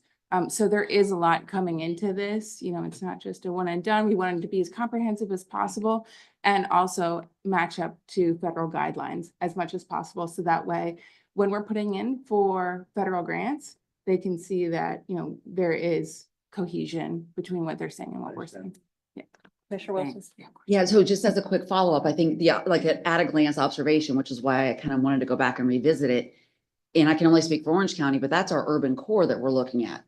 But we know, because we, having seen the growth over these last years, that we have attainable housing, affordable housing, and workforces way outside the urban core. And I mean, speaking for the west side, specifically in that 1792 tourism corridor along there, there's student housing and not a single links route. So I'm not sure how we make the map, but that to me would feel like some significance, but we can dive into it later. I just wanted to kind of point out that to me looks like the urban core, which right now is where we get the most funding for transit. Right. And again, it's not just transit, it is all modes, that we're looking at. We're looking at safety. So dirt roads is what I'm talking about, no sidewalks. Right, So, right. But that's what I'm describing. So even if I throw all that in, I still think there's some pretty big challenges outside that urban core. Right. That would have been identified if I thought about it just from a 1,000-foot view of, we know we have this attainable housing, we know we have this workforce housing, we know we have student housing, and we don't have. Yeah. Okay, thank you. Yeah, of course. Thank you. Yeah, maybe once you look at the report online and maybe it'll give a little more information, but I do agree, because I had some of the same thoughts, but maybe having those, and it's, like you said, it's probably in the report, but maybe. There are some additional maps that break out particular features in the. Excellent, excellent. Okay, thank you. Any other questions? Okay, we're looking for a motion. Motion to approve. Janer. Second by Janer, second by Moore. Any further discussion? All those in favor, say aye. Aye. Opposed, same sign. Motion carries. Thank you. Okay, next we have the election of MetroPlan board officers for 2025. Commissioner, I have a meeting that I've got to get to in Tampa. Okay. So I'm leaving, I have to leave, but it is definitely time for Seminole County to have the chair. So when the vote's taken, I'm an aye for Bob Delarey, and just wanted you to know before I leave. Thank you. Oh, okay. Okay. So December. Yeah, thank you. So we're considering our annual meeting during which we elect officers for the new year, this meeting today. Generally, the board follows a set rotation of officers wherein chair moves without any action to the position of immediate past chair, then action is taken to move the vice chair to chair and the secretary treasurer to the vice chair. So the first action this morning is to elect a new chair for 2024, and honoring that rotation. I'd like a motion for our current vice chair, Commissioner Delarey. Motion for Commissioner Delarey to move to chair. Second. I have a motion by Janer, and you can choose your second because we have several. All those in favor, say aye. Aye. Opposed, same sign. Motion carries. Congratulations, sir. I'm sorry, Madam Chair, I did not get who the second. It was too many voices. Okay, Dyer, okay, thank you, ma'am. we had several of them. Very good. Yes. Sorry. Actually didn't ask her if there was any other nominations. I went out of order. Was there any other nominations? Motion passes anyway. Okay. Now we move on to the vice chair. Again, honoring rotation, if we could have a motion for our current secretary treasurer, Commissioner Moore, as the 2025 vice chair. Approval. Motion by Mr. A Good. second by Demings. Second by Demings. Are there any other nominations? If I do it properly this time. Hearing none. I have a motion and a second. All in favor? Aye. Any opposed? Congratulations. All right. Final action is a motion to recommend an elected official from Osceola County or one of the cities represented on the board to fill the position for 2025 secretary treasurer. And I have a motion for Commissioner Janer from Commissioner Brandt or Commissioner Arrington. I have a second. Mr. Good. And Mr. Good seconded it. Are there any other nominations? Hearing none, all those in favor state aye. Aye. Opposed, same sign. Congratulations, Commissioner Janer. All right. And let's see. I just want to say it has been my pleasure chairing the board, and I look forward to continuing to support us in our efforts to make Florida, and specifically Central Florida, our little region, safer and having many more transportation options. We've got a long ways to go, but we have a great staff. We have a great team here. We have a great board. We're all moving in the right direction. If we could just get the funding to go along with it, all would be good, right? Amen. All right. Yeah, thank you. No problem. One item, just as a point of privilege, since I'm still the chair, I want to get one of my thoughts. We have representatives from Orlando International Airport, and also the Kissimmee Airport, and wondering if the board would be open to just having a small report on each of them, just a little update on what's going on. Like, we didn't have our meeting last month because we attended the event unveiling of the new logo, found out that your executive director is going to be moving on, things of that sort. I know in Kissimmee, there's a lot going on as well. Potential free trade zone, also with the customs border. So I think it might be beneficial for us to be a little aware of that. I'm sorry? That would be up to this board and the new chair. If again, if there's no objection to it, I just think something short would be beneficial. Well, we could do it after the meetings. I mean, not after the meetings, but At at the the end end? of the meetings. I'm sorry, in Sanford Airport. But I mean, we could do it towards the end of the meeting when we have general comments. Okay. General board comments. That would be good. So if there's something, If you have something, then, but I think it would be good to hear from our airports.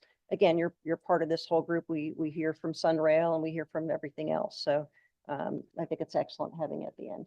I worked with Gary in the past year. Excellent. Okay. And then we have information for informational items for acknowledgement. Move to approve. I have a motion from Commissioner Delory, second from Janer. All those in favor state aye. Aye. Opposed, same sign. Motion carries. And now we have our other business and presentations. We have a status update on the 2050 MTP. Ms. Taylor again. Good morning again.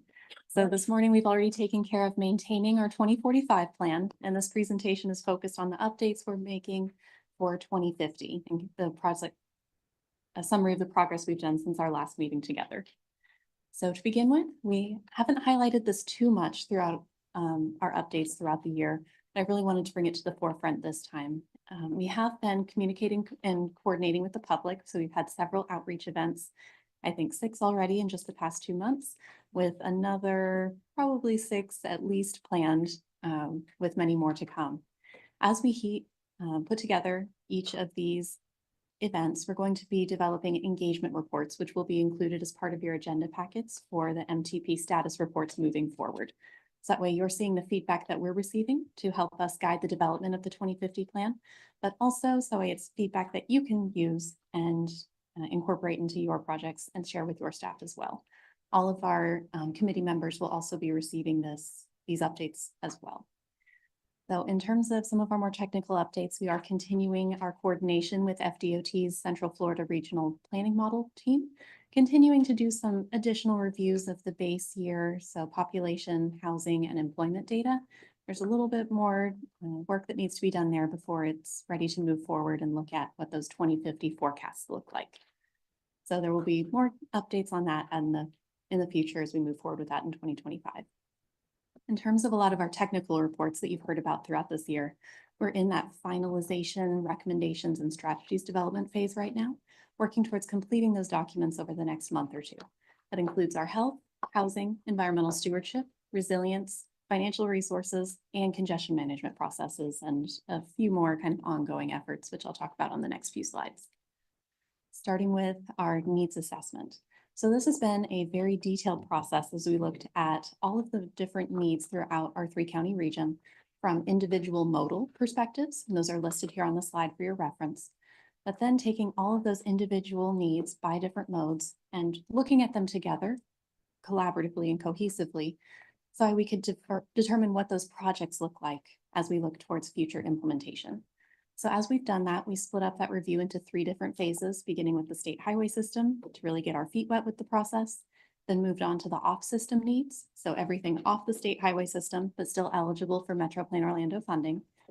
And we've completed both of those reviews and just finished our final needs list review. So looking at the entire list cohesively together, nothing new, nothing surprising, but making sure that all of the comments that we've received have been implemented, and we're processing a few of those final comments now.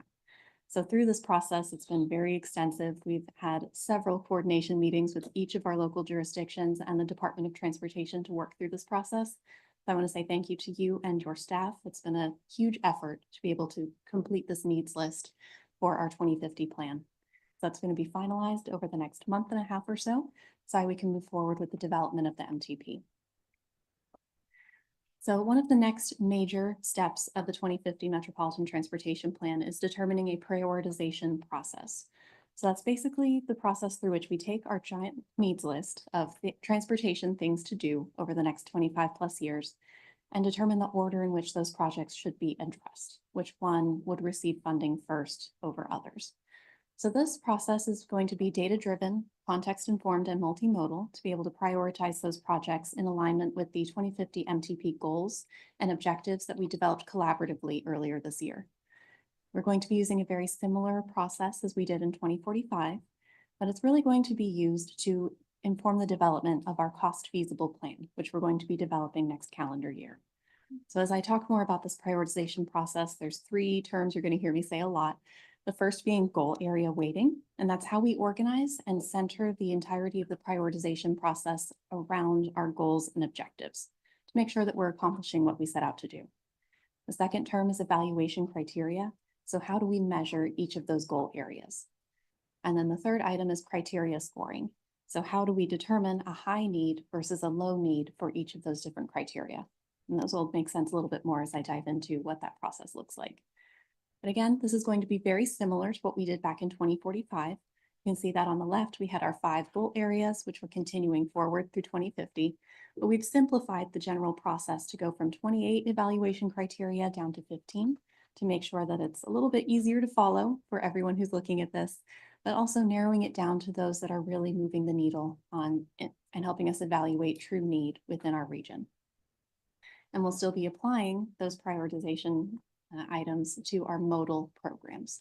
So I'll get to that in a moment. So as we look at the prioritization process itself, we're really putting it together in 4 steps. The first being goal area weighting. So those 5 goal areas we've been talking about throughout the year. We did a survey, but with our 2050 MTP technical workshop participants, so about 130 of our friends here throughout the region, to weigh in on the importance of looking at each of these goal areas to address regional needs. So the survey was qualitative in nature and just asked, is safety more important than community? Is prosperity more important than reliability? So there weren't any presuppositions in the results. So the general weighting that we received based on that survey is listed here on the slide for you, with safety coming out at a maximum of 35%. Connectivity at 25%, reliability with 20%, and then community and prosperity with 10% each. So that's kind of the general weighting about how priority scores will be implemented as we look towards the next few steps. So step 2, those criteria, those evaluation criteria, we've gone through and selected 3 evaluation criteria per mode or per goal area, initially using the 2045 items as our baseline, but then updating those based on recent studies and evolving transportation best practices in the landscape that we have today. Step 3 was looking at developing those scoring ranges for each of those evaluation criteria to be able to determine a project's priority and making sure that those thresholds, those scoring elements, are accurate and statistically significant for each of those data sets. So it's the most up-to-date information that we can possibly be using. So then step 4 is where we then apply all of that math to our projects in our 7 modal programs. So this is slightly expanded from what we had in 2045 with the addition of a safety vision 0 project category, as well as splitting up our active transportation, what was formerly referred to as a bicycle and pedestrian needs list, into 3 more specific categories, looking at critical sidewalk bundles, which have been previously defined in our 2045 plan, and school mobility, and then our general active transportation projects from there. So this methodology is going to be reviewed by the technical workshop participants tomorrow afternoon. that the Technical Advisory Committee and Transportation Systems Management and Operations Committee have received all of this methodology and are actively reviewing that at this time as well. So your staff are providing their feedback and input on this methodology before it moves forward.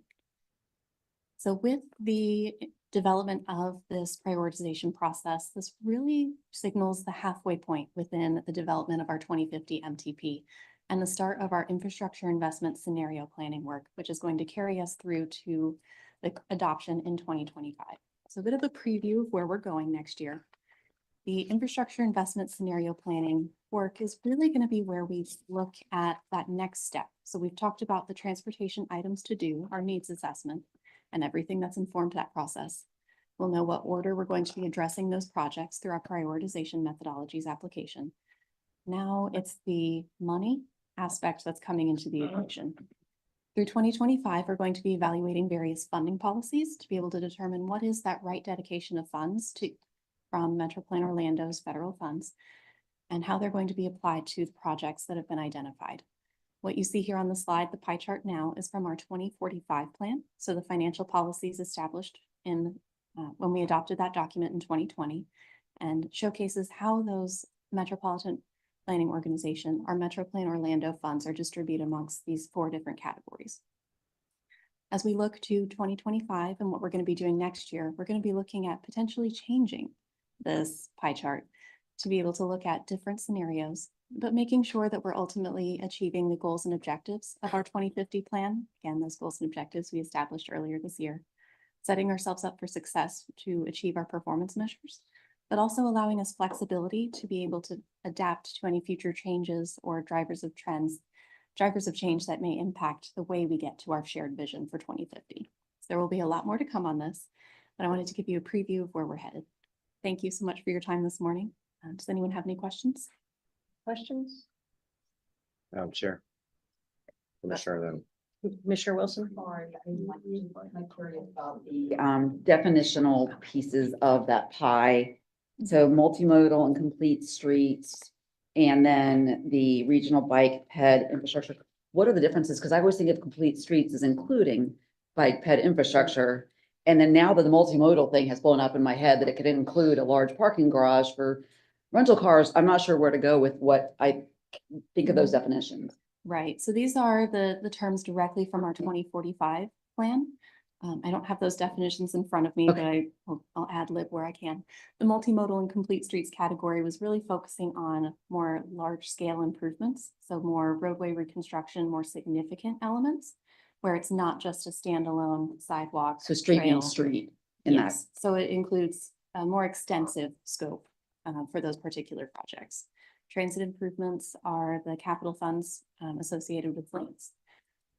The regional bicycle and pedestrian infrastructure are generally those standalone active transportation style projects, trails, bike lanes, sidewalks, those particular items. And then the 4th category is our transportation systems management and operations solutions. That's our technology and general intersection operation type projects. We'll have those more clearly defined as we move into our 2050 evaluation of what are the right slices of the pie, and making sure that that's very clear as we're looking at what are the different options available to us, what do we want to explore, but also what are the impacts from and results of looking at implementing one scenario versus another. So we're informed about what those implications will be. Have Commissioner Semrad and then Commissioner Arrington. Right. Thank you. Do I push the button again or am I, No, I'm all good? Okay, you're on. thank you. Thank you for the presentation. I couldn't hear, did you say that the data was qualitative in nature or quantitative? It's a mix of both. So the qualitative element was where we did a survey to look at our goal weighting. We were asking, is goal area 1 more important or less important than goal area 2? So there weren't any numbers associated with that. That was purely being able to survey how our region feels about each of these 5 goal areas. In terms of how we're evaluating and implementing the prioritization process, that is very quantitative in nature. So as we're looking at our different evaluation criteria, such as safe speed management corridors, we need to know what speed people are actually traveling on those roads, which is a hard data point, and then determine how high or low that may be, generally high, compared to what the actual speed limit is. And what's that differentiation If it's a more severe change, so if we have 20+ miles per hour over the speed limit, that would likely be something that needs a little bit more attention sooner than something that's only 2 miles per hour over the speed limit. So I there's a just lot have of, one more question and then a comment. Who was the sample and what's the size? What's the criteria to be included within the sample? for the goal area weighting or For the participants in the survey, who took it? there, it was our MTP technical workshop participants, so 130+ of our technical partners throughout the region. That includes all the technical advisory committee, transportation systems management and operations committee, all of our transportation partners, that would be links, our airports, all of our technical staff throughout the region. Does it include layman people or is it?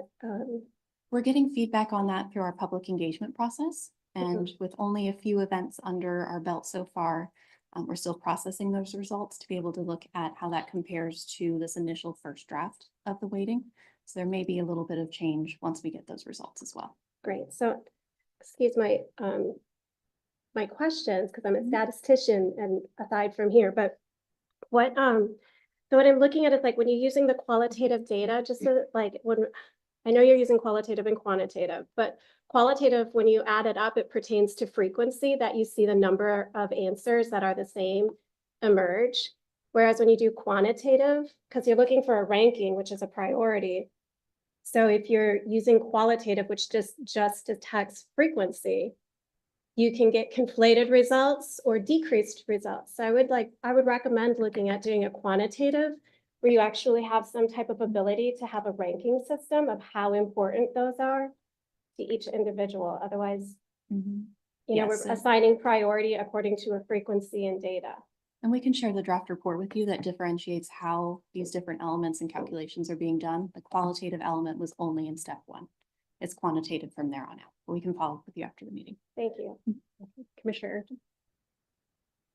Thank you, Madam Chair. Real quick, going through obviously there's been a discussion today about funding for mass transit opportunities and Secretary Tyler, please correct me if I'm wrong. I know in this last legislative session, there was legislation that was brought forward that was actually capping state funds that we'll be able to use for mass transit. Did that pass? And do you know any about that?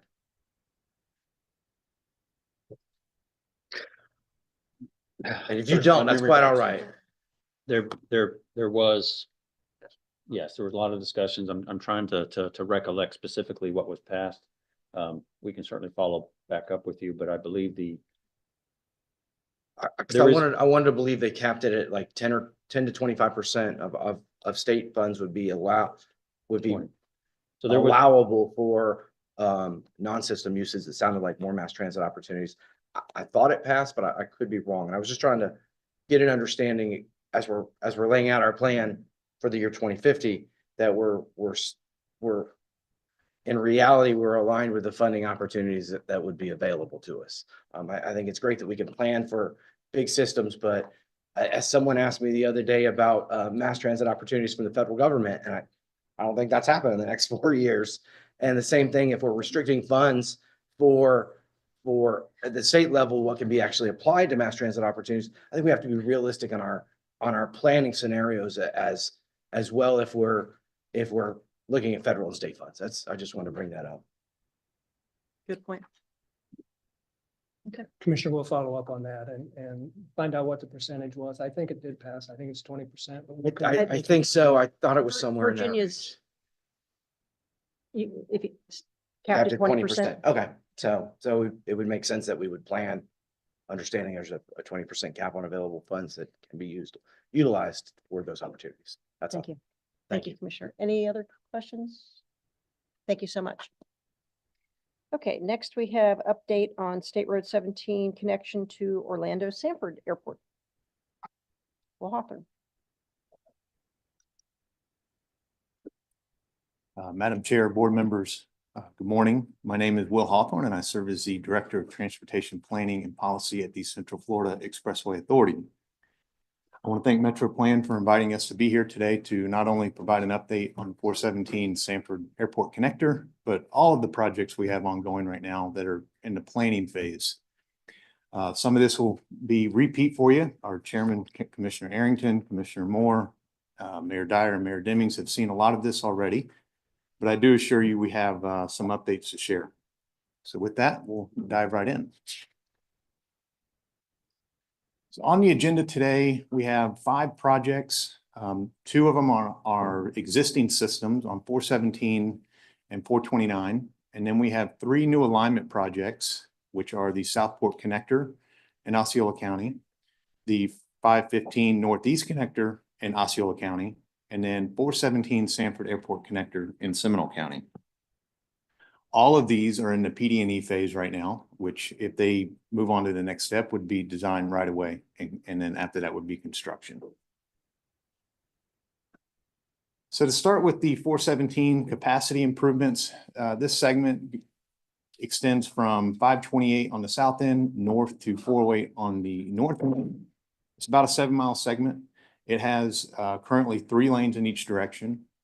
This capacity or PD&E study is looking at adding an additional general use lane in each direction, as well as our flex use lane system, which currently ends today at 528. So once this is done, we'll have the framework laid out to extend that the flex lane system all the way up to 408. The right-of-way impacts for this are, when we scoped the project, we thought we assumed we would have some right-of-way impacts for stormwater. The permitting rules have changed a little bit on that, and we kind of wanted to hedge our bets, be better safe than sorry. We are sharpening our pencil a little bit right now to see if we can make some modifications to the existing ponds so that we don't have to acquire right away, and we can keep that treatment within the ponds and right away we have today. As for the schedule, this project kicked off in May of this year. We will have it wrapped up in May of 2025. And that takes us on to our next project, which is 429 on the west side of town. This extends from Sidell Road on the south end, where we tie into Turnpike section of 429. Again, extends 7 miles just about up to Tilden Road, which ties into where the construction widening is occurring today. So this segment, again, also in PD&E, is almost a mirror of the 417 project. The only exception is that it's only 2 lanes in each direction. And this project would look at adding 1 lane in each direction, as well as extending the flex lanes down to Sidell Road and tying in to what the Turnpike has, I believe, in preliminary design on their section of 429. So again, when all is said and done with this project, with 417 project, we'll have about 14 more miles of flex lane capacity that we'll have at our disposal. If you don't know about those, we've tried to have a pretty big ad campaign on that, but it really, the early onset of that is to provide more room for the first responders. We can close a lane, move people over to an open shoulder that we built into the system, keep traffic moving at a reasonable speed, not full speed, but really to protect the accident, the first responders, and to keep traffic moving so that we don't have the log jams that we experienced some today. Now, as far as the right-of-way impacts, again, here we kind of hedged our bets, assuming we may need right-of-way. It's looking like we may be able to accommodate the new stormwater rules within our existing right-of-way and ponds. So that's something that we'll know more over the next month or so. This one too started in May of this year and will be wrapped up in May of 2025. Moving on to our new alignments. All of these are in the PD&E phase. I show this graphic on purpose. We'll start off with the Southport Connector in orange at the bottom of the slide. We'll then move on to the Northeast Connector in purple. Now, when you look at this area from this perspective, you begin to see how critical these connections are for regional relief in Osceola County. These projects, when coupled with the 534 extension, which is in design, our Point Santa Parkway extension on the left side of the screen, that's also in design, and then FDOT's I-4 Point Santa Connector, which is moving its way through the design process, you begin to see the regional relief that Osceola County will get at some point in the future. Okay, starting off with the Southport Connector PD&E, this corridor is looking at an extension of the Point Santa Parkway on the left side of the screen, where Coa Street is. The study area extends down to the south and then is co-located in Cypress Parkway. It's extending east all the way to Pleasant Hill Road. There's existing right-of-way over Reedy Creek that we are staying within that right-of-way to cross Reedy Creek. Continuing east, you have a couple of different interchange options. These are laid out to coincide with the adopted South Lake Tahoe Master Plan that's been adopted by Osceola County. Crossing the canal, ultimately you get to the turnpike where we are coordinating a full systems interchange there. And this would ultimately tie into Canoe Creek Road. With regards to the benefits this project would bring, this summer we had the opportunity to update our traffic projections. And I'd say the biggest benefit to that is we were able to, as part of our project, include the widening of Cypress Parkway, which today, I'm sure the Osceola commissioners are well aware of this area. It's 2 lanes in each direction. It's a log jam most of the day, especially at rush hour. So our project will not only bring the regional relief, but also the local relief that has become very popular with the residents in this area. We also continue to explore wildlife corridors with our ESC committee and our EAG. This does abut some environmentally sensitive areas that we're staying out of, but we do want to look at how we can provide and keep that connectivity with the wildlife to that area. From a schedule perspective, we do have our alternatives public meeting scheduled for March of 2025. And we do have on the schedule to go before our board in 2025 in December to present the recommended preferred alternative. Next is the State Route 515 Northeast Connector Phase 2 Expressway. This project has due to the study area, which to put it in perspective, is roughly the size of St. Cloud and Kissimmee put together.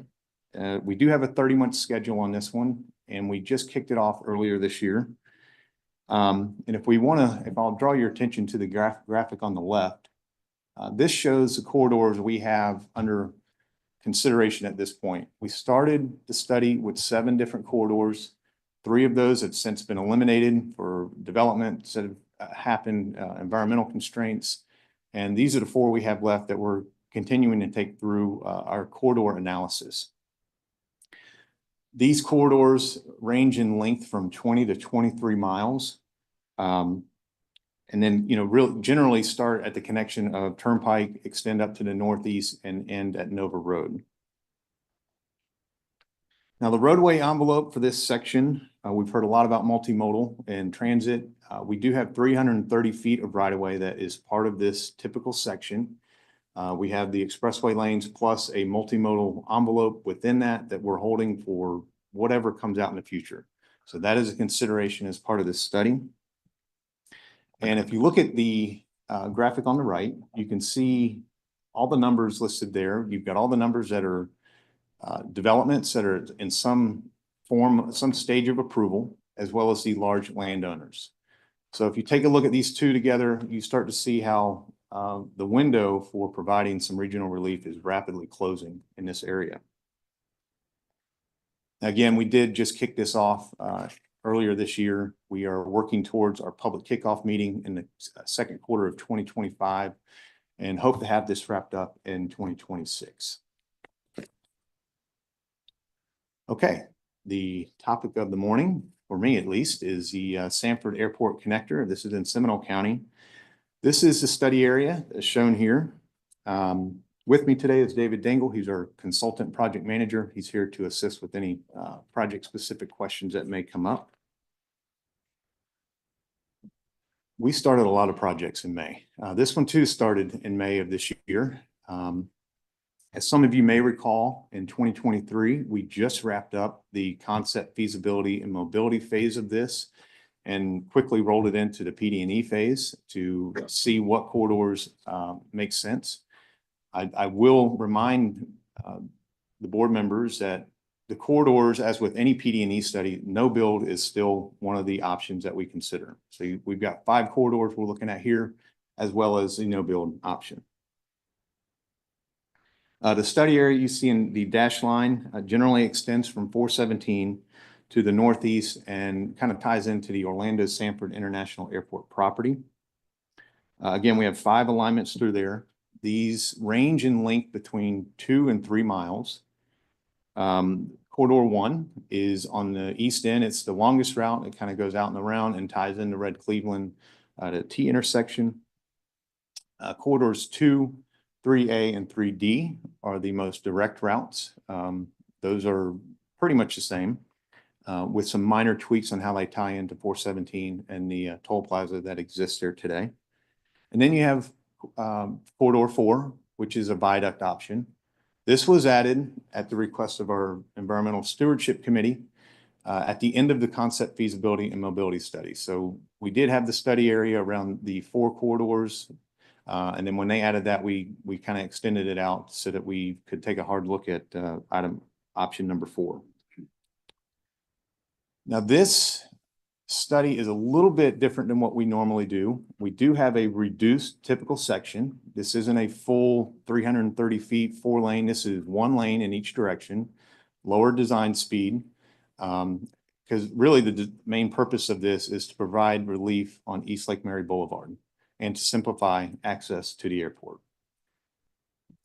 So with that, we're eagerly working towards our next round of advisory group meetings, which are to take place in January of this year. From there, we'll quickly move into our alternatives public meeting, where we'll have all of our cost estimates, the right-of-way impacts, the full completed matrix that kind of is a quantitative look at what how the corridors compare to each other. And then we solicit the public's feedback. That'll be held somewhere in this corridor area. With that goal, the end goal being to get to a public hearing in April of 2025, and then to get to before our board in May or June of this year.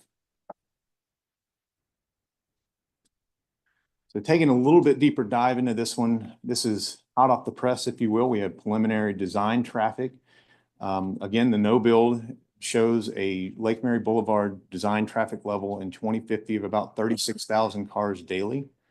And then you start to build in what that looks like in the relief to Lake Mary Boulevard. So option 1, corridor 1, comes in second as of right now. It provides about 43% relief on Lake Mary Boulevard.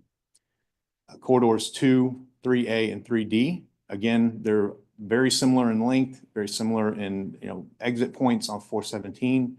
So they all have the same benefit as it relates to Lake Mary Boulevard of reducing traffic there at 46% on Lake Mary Boulevard. Viaduct option number 4 is again the viaduct. This has the lowest relief on Lake Mary Boulevard. That's at 21%. I did inquire with the team what could be driving that, and they said you have to look at where you start on 417 and what that trip looks like. And that trip is not shorter than the trip today. So you would be paying a toll for essentially the same distance and not getting a lot of benefit for that. So that was really driving those numbers down. Now keep in mind, just within this study area, I think in working with the city of Sanford and Seminole County, we have nearly over 800 rooftops coming out of the ground as we speak. So Lake Mary Boulevard, it does back up in the morning and at rush hour. And again, this is the primary purpose of this, is to provide that relief and to simplify access to the airport. Now that we've got these traffic numbers, we'll then work into revenue. We'll apply a toll rate to it to see what that looks like. And it'll begin to tell the story on which project could be viable from our perspective as a toll agency. That will be baked into the public hearing and then ultimately to our board in May or June of 2025. That concludes my presentation and would be happy to answer any questions. When you looked at the traffic numbers on the airport extension, are you taking into consideration the Volusia County volume of traffic that Lake Mary Boulevard takes on every day? They are. It does extend out to the 415 area, I think is what you're referring to. Yeah, the 415 corridor, which is, I mean, that's heavy in the morning. Absolutely. Also, the hotel construction that's starting to go on Lake Mary Boulevard. There's a lot of things going on there. I had a call in the middle of this meeting from one of the hotel contractors, and I told him, I said, I'll get back to you as soon as I get out of this presentation, but they thought we were starting tomorrow, and I said, not quite yet. We've got a few more steps to get through, but we are aware of that. I mean, there is some pretty hefty development plans in this area, so thank you for pointing that out. You're welcome. Thank you. Commissioner Delory and then Commissioner Wilson. Thank you. First, I like this map. On the no build scenario, will you be able to tell us how far the traffic will back up on the 417? Because right now it's backing up about a quarter of a mile. And I'd like to know if it's gonna go past a half a mile with the no build. Would you be able to tell us that? I don't know if we've gotten that far. Because I see it every day. And, you know, there's 2 times a day that it backs up onto the 417. And if we're doing a no build, which is a viable option, I just wanted to anticipate how far back on the 417 it's going to back up. And then the next thing is there's some major developments happening in and around that airport, as Steve started to talk about, not getting into all the minutia of it. There's going to be a lot more traffic. So I know you're only planning 1 lane on that road in each direction. You're going to need more than 1 lane in each direction, because there's going to be a lot more traffic. I will let our traffic team know. And I mean, if they want to know the numbers, they could talk to the Seminole County staff. They also need to talk about not just the public works, even though Public Works is here to do a great job. They need to talk to the tourism group and the airport group, because there's a lot more people coming. we meet with the airport routinely, and we will reach out to the tourism group to make sure we're getting all the data built into this. There's a lot more people coming. I can tell you that right now. Thank you, sir. Commissioner Wilson. So thank you for the presentation, Natalie. A lot of great information. So even a question, if I could get a chance to grab you offline for a little bit about the safety issues at L Road. Okay. We have kids crossing the Gates of Horizon High School right here. Sure. We tried to include the express everything, went out there and met with school people and we just haven't been able to coordinate. So I would love to get with you on that. Absolutely. Thank you. Any other questions? Thank you so much for. All right. Thank you. Happy holidays, everyone. Yes. Next, we have Emily Bush, Best Foot Forward. Good morning or afternoon. I'm not sure where we're at right Getting now. close. My name is Emily Bush. I'm the Executive Director of Bike Walk Central Florida, and I am here to present on the annual report for the Best Foot Forward Pedestrian Safety Program. This is a program that is supported by all of you and MetroPlan Orlando as well. So I'll start with an overview. I like to share some big numbers every year of what we really do with the program across the 3 counties in MetroPlan. And we start out by monitoring crosswalks. We collect driver yield rate data at 78 of those locations throughout the 3-county region. And that equates to over 25,000 staged crossings. That's people that are having intent to cross at a crosswalk and either allowing to cross by drivers stopping and acknowledging that they're there, or drivers going right past them and then marking that and noting that on the driver yield rate form. Because we collect this information, we're able to share that with traffic engineers and planners to improve our roadway design so that drivers see pedestrians in crosswalks and pedestrians feel more comfortable using them. Just this past year, we've had 14 of those engineering improvements drive the driver yield rate to increase 25% overall. And within the MetroPlan region, we also issued 136 just recommendations of additional striping and signage that can improve overall safety for people that are crossing in your community. Many of those recommendations were provided to your staff at the end of the fiscal year. So they're working those into their maintenance and operations plans. We're very excited to start collecting data on the results afterwards. Apologize. For enforcement, we handed out over 450 warnings and just warnings and over 369 citations. So we had a really big year with our law enforcement partners. Once a quarter, we go out and enforce that driver yield loss. We had a lot of participation in this enforcement year. And then we educate as well on the driver yield law. And as you can see, we've been out to 78 events and presentations and have talked to about 7,500 people. And these are individual conversations that we do have when we're talking to residents or anybody that we're presenting this information to. So what does this mean from the data perspective? So I want to highlight really two things here. One, 16 crosswalks improved of an average of 12% just from enforcement alone. So that means that our enforcement partners are helping to improve safety in our region, and we can show that based on this data. And 9 crosswalks actually improved of an average of 26% in their driver yield rate just from engineering alone. So we know that enforcement can push those numbers up a little bit, but we know engineering, the signage and the striping, really does move those numbers and make it seem and much safer for those that are walking and crossing your crosswalks. And 5 crosswalks improved by engineering and enforcement overall. I'm going to talk about some of those in some detail. So take a tour with me across the region. We'll start on Apopka at Jason Dwelly Parkway and Brush Drive. This is a crosswalk that is a mid-block by a park that is frequented, and we have seen an increase of 6%, and this is just from enforcement alone this past year that we've worked with the Apopka Police Department. Over in Seminole County at Bear Lake Road in McNeil, this is a school crossing that has a yield rate of 13%. That means that not when school is present, but around when school time happens, that only 13% of drivers are stopping and letting anyone cross the crosswalk, which is very, very dangerous. So we've worked with Seminole County Sheriff's Office to hand out and remind drivers 34 times that that's their job to watch for anyone that's in the roadway. And that we've seen an increase in 14% just from the Sheriff's Office participation. And they have a small but mighty team.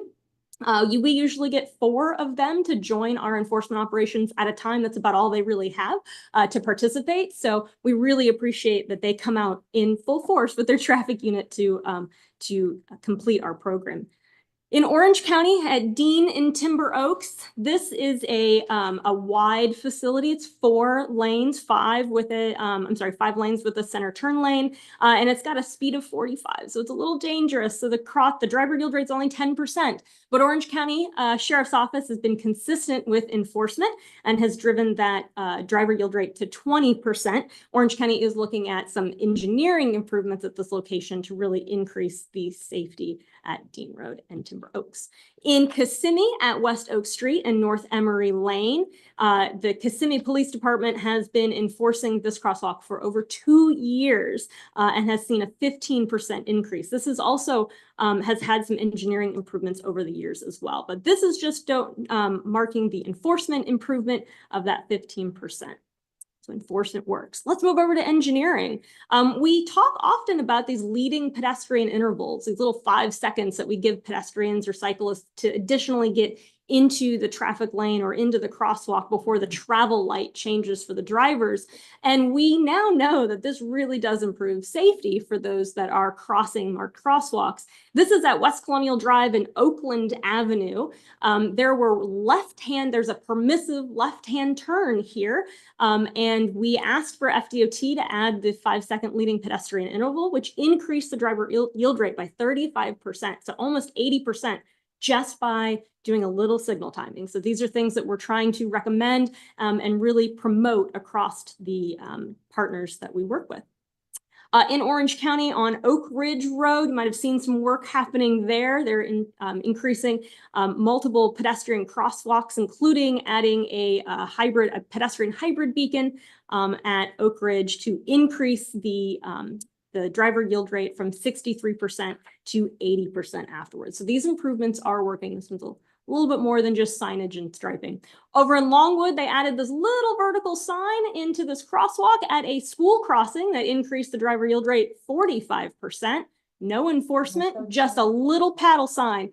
And again, I think I told you all this presentation last year, that paddle sign at the city of Castleberry cost was $2,400. The sticker that has to be replaced often is $40, right? We can do this. This is not hard stuff.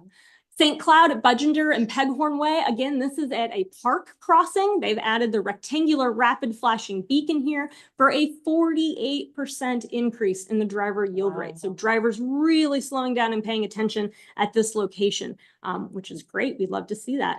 In Castleberry, again, this in-street warnings, this in-street signage increased the driver yield rate with enforcement. So the Castleberry Police Department worked in tandem with the Public Works Department to get those installed, to let their residents know that they were installing and doing these. They had a message board and sign up to kind of alert the residents, and then they went out and enforced and handed out warnings and citations for those that failed to yield. And you can see it has an increase so far, but we're looking to continue monitoring that this year and hopefully get that 57% even higher. Down in St. Cloud at 17th Street and Delaware Ave, with enforcement and engineering, some additional pedestrian crossing signs, we have an increase of 13% in the driver yield rate. And then back over to Seminole County. This is at Hunt Club and Wakaiva Trail. They've added some stop here for peds and some stop bars. They are adding an RFB. So while we are encouraged by this increase in the driver yield rate, more to come. So we're very excited, and I'll bring this one back next year. As with the Best Foot Forward program, we always go out and do education. So here's just a couple of the places that we've been across the region. One of the new opportunities that we're kind of piloting is the sign waving campaigns, where we really want to go to the crosswalk and remind drivers that people cross the road here and you should stop for them. And so the sign waving campaigns have been very fruitful. We've done them across the region so far, and we've also piloted these in Volusia, Brevard, and Marion County with some success. So if you have any ideas for where you'd like us to pop up some signs and have some individuals go out and just educate motorists, let us know. We're looking at those opportunities all the time. Last, while I quickly pivot from Best Foot Forward, Bike Walk Central Florida is a nonprofit advocacy organization, does much more than just the Best Foot Forward pedestrian safety program. This past year, we had our 8th annual Bike 5 Cities. It's been so many. And this is the annual advocacy ride to show people where they can comfortably ride their bike in Central Florida. We had 362 participants. Some of them come from Jacksonville and Tampa. So we're starting to develop a big regional event here in our community, showing people that they really can ride their bike wherever they want to go. So save the date for next year, October 25th, 2025. We will be taking the streets again and look to see hopefully all of you there. And then real quick, some of the additional events we've been doing with Bike Walk Kids. We participated with UCF's CARD Safety Day. UCF CARD is an autism development organization. So we went out and fit helmets on those individuals. We also partnered with FDOT to go out to Michigan Avenue and educate to over 900 children and distribute over 300 helmets. So big kudos to the law enforcement partners that also participated with us that day as well. This Saturday, we're going to be in 2 places at once. So if you're interested in volunteering or coming out and checking it out, we are with OBT Next with Rollin' and Strollin'. This is a bike rodeo that we do every year where we hand out bicycles to the community. They can't afford to purchase them for their children, and then we teach them how to ride those bikes. So that's taking place with Rollin' and Strollin'. We have received funding this year from Orlando Health to give some of those bikes away. So we're just building on these partnerships in the community to really make sure that we're giving back and educating where we need to.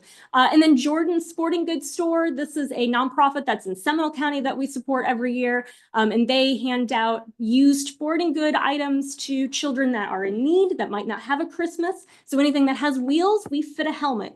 Every year we do 700-800 helmets in 1 to 2 days. So it's a pretty significant event for us. We always look for volunteers for that. So definitely, if you have the opportunity and are available on a Saturday, come out and join us for that. Lastly, for those that are in West Orange County, our West Orange Trails Connection program has launched the grant program. Finally, we have $500,000 up for grabs for our West Orange County partners to identify projects that are related to that mission and those goals. And we are also working on developing the grant funding and where we're going to apply that for the remainder $4.5 million, and that'll be this year.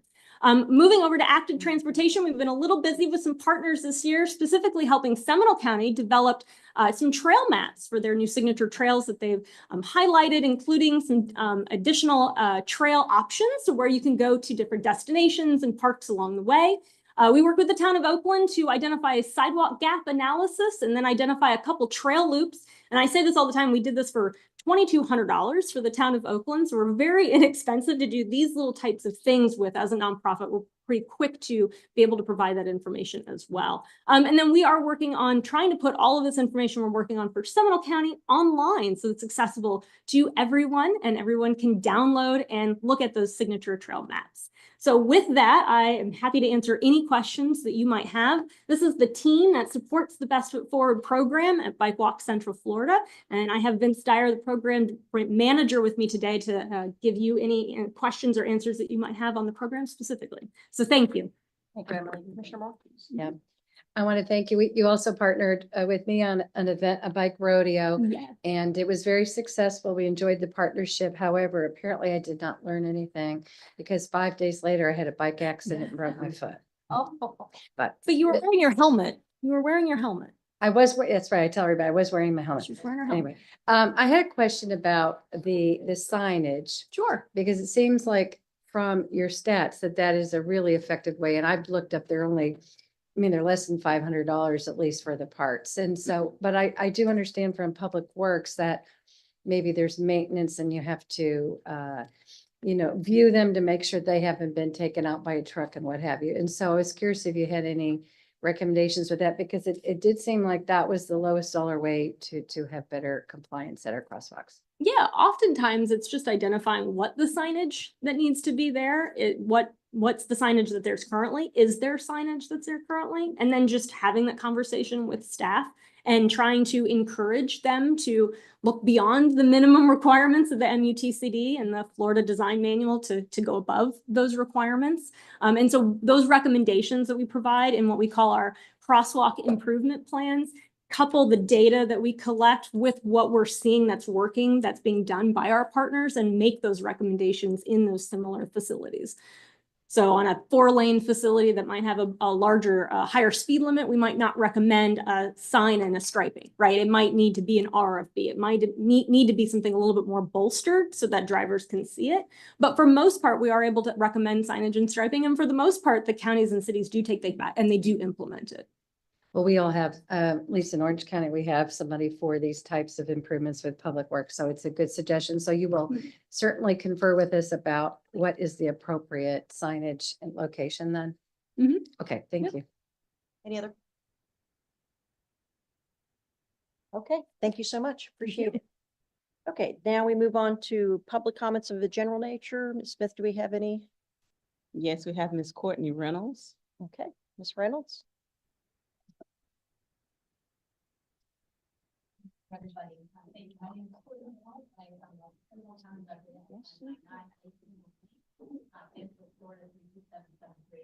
I'm grateful to be here, in particular on the heels of Commissioner Arrington's question earlier today about current transit law and it restricting our investments in that area, because it's a reminder to me that laws can change.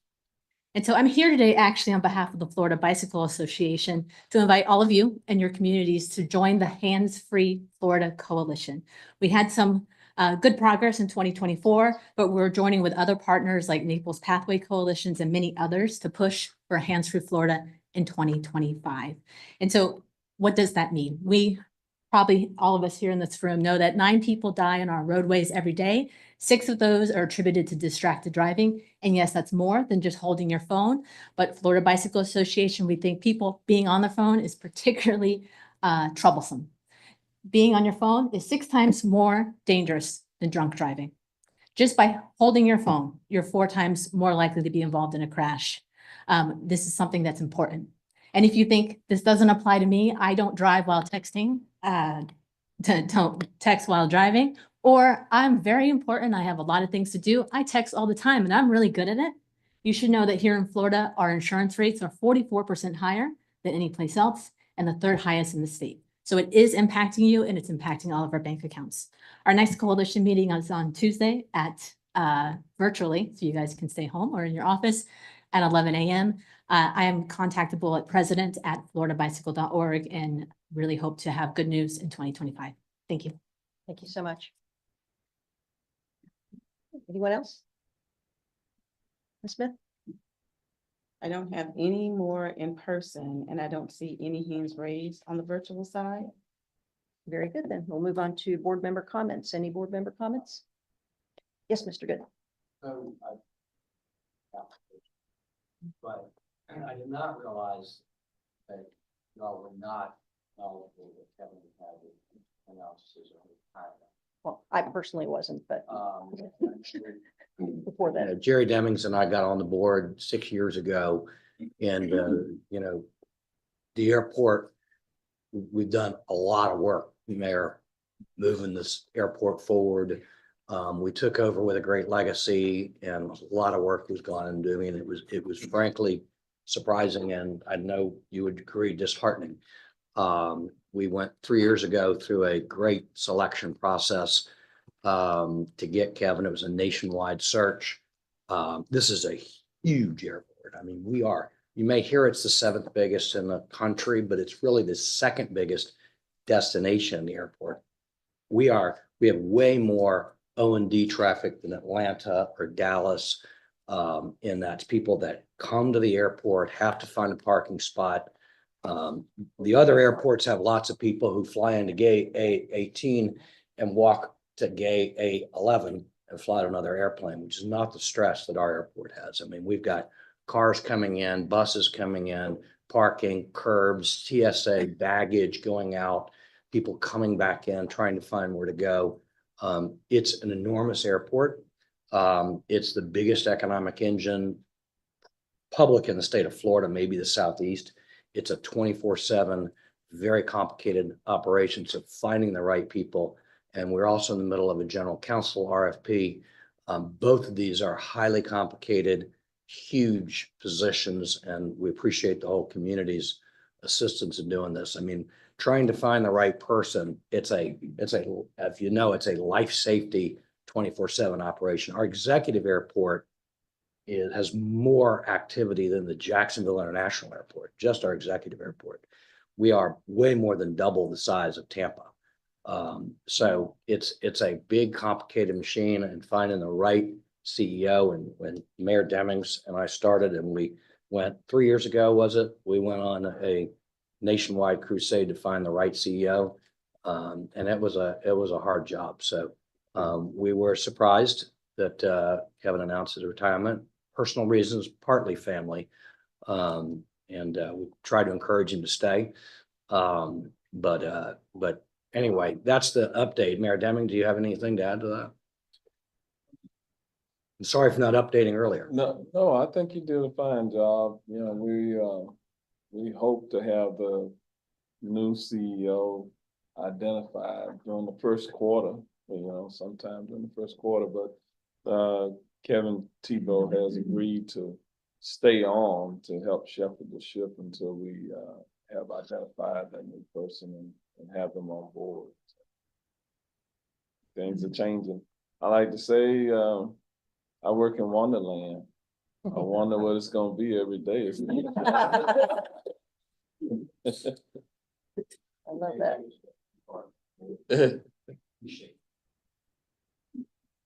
Mr. Clark?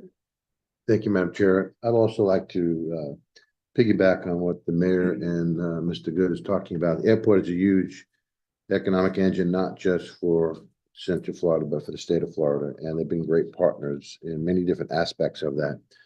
One of the ways that they've been a good partners is last month, we all went to an event hosted at the airport about aviation. And one of the keynote speakers there was the pilot, Miracle on the Hudson, Scully. And I'm still talking about it, and truly amazing. So I want to thank you all for hosting that and inviting us all to it. It was very moving and very informative. So thank you very much. And I'll also tell you, to replace Kevin, it's not an easy feat. Good luck. Mhm. If there's no more comments, our next meeting is February 12th, 2025. Happy holidays, Merry Christmas, Happy New Year. Be safe. Yes. Congratulations. I'm done. All right, good job. And good Bob, job. I know this is Bob's favorite. Yes. So congratulations. All right. Bob. Or condolences. Bob, you've been chair a lot of times. Bob loves Couple times. A couple times.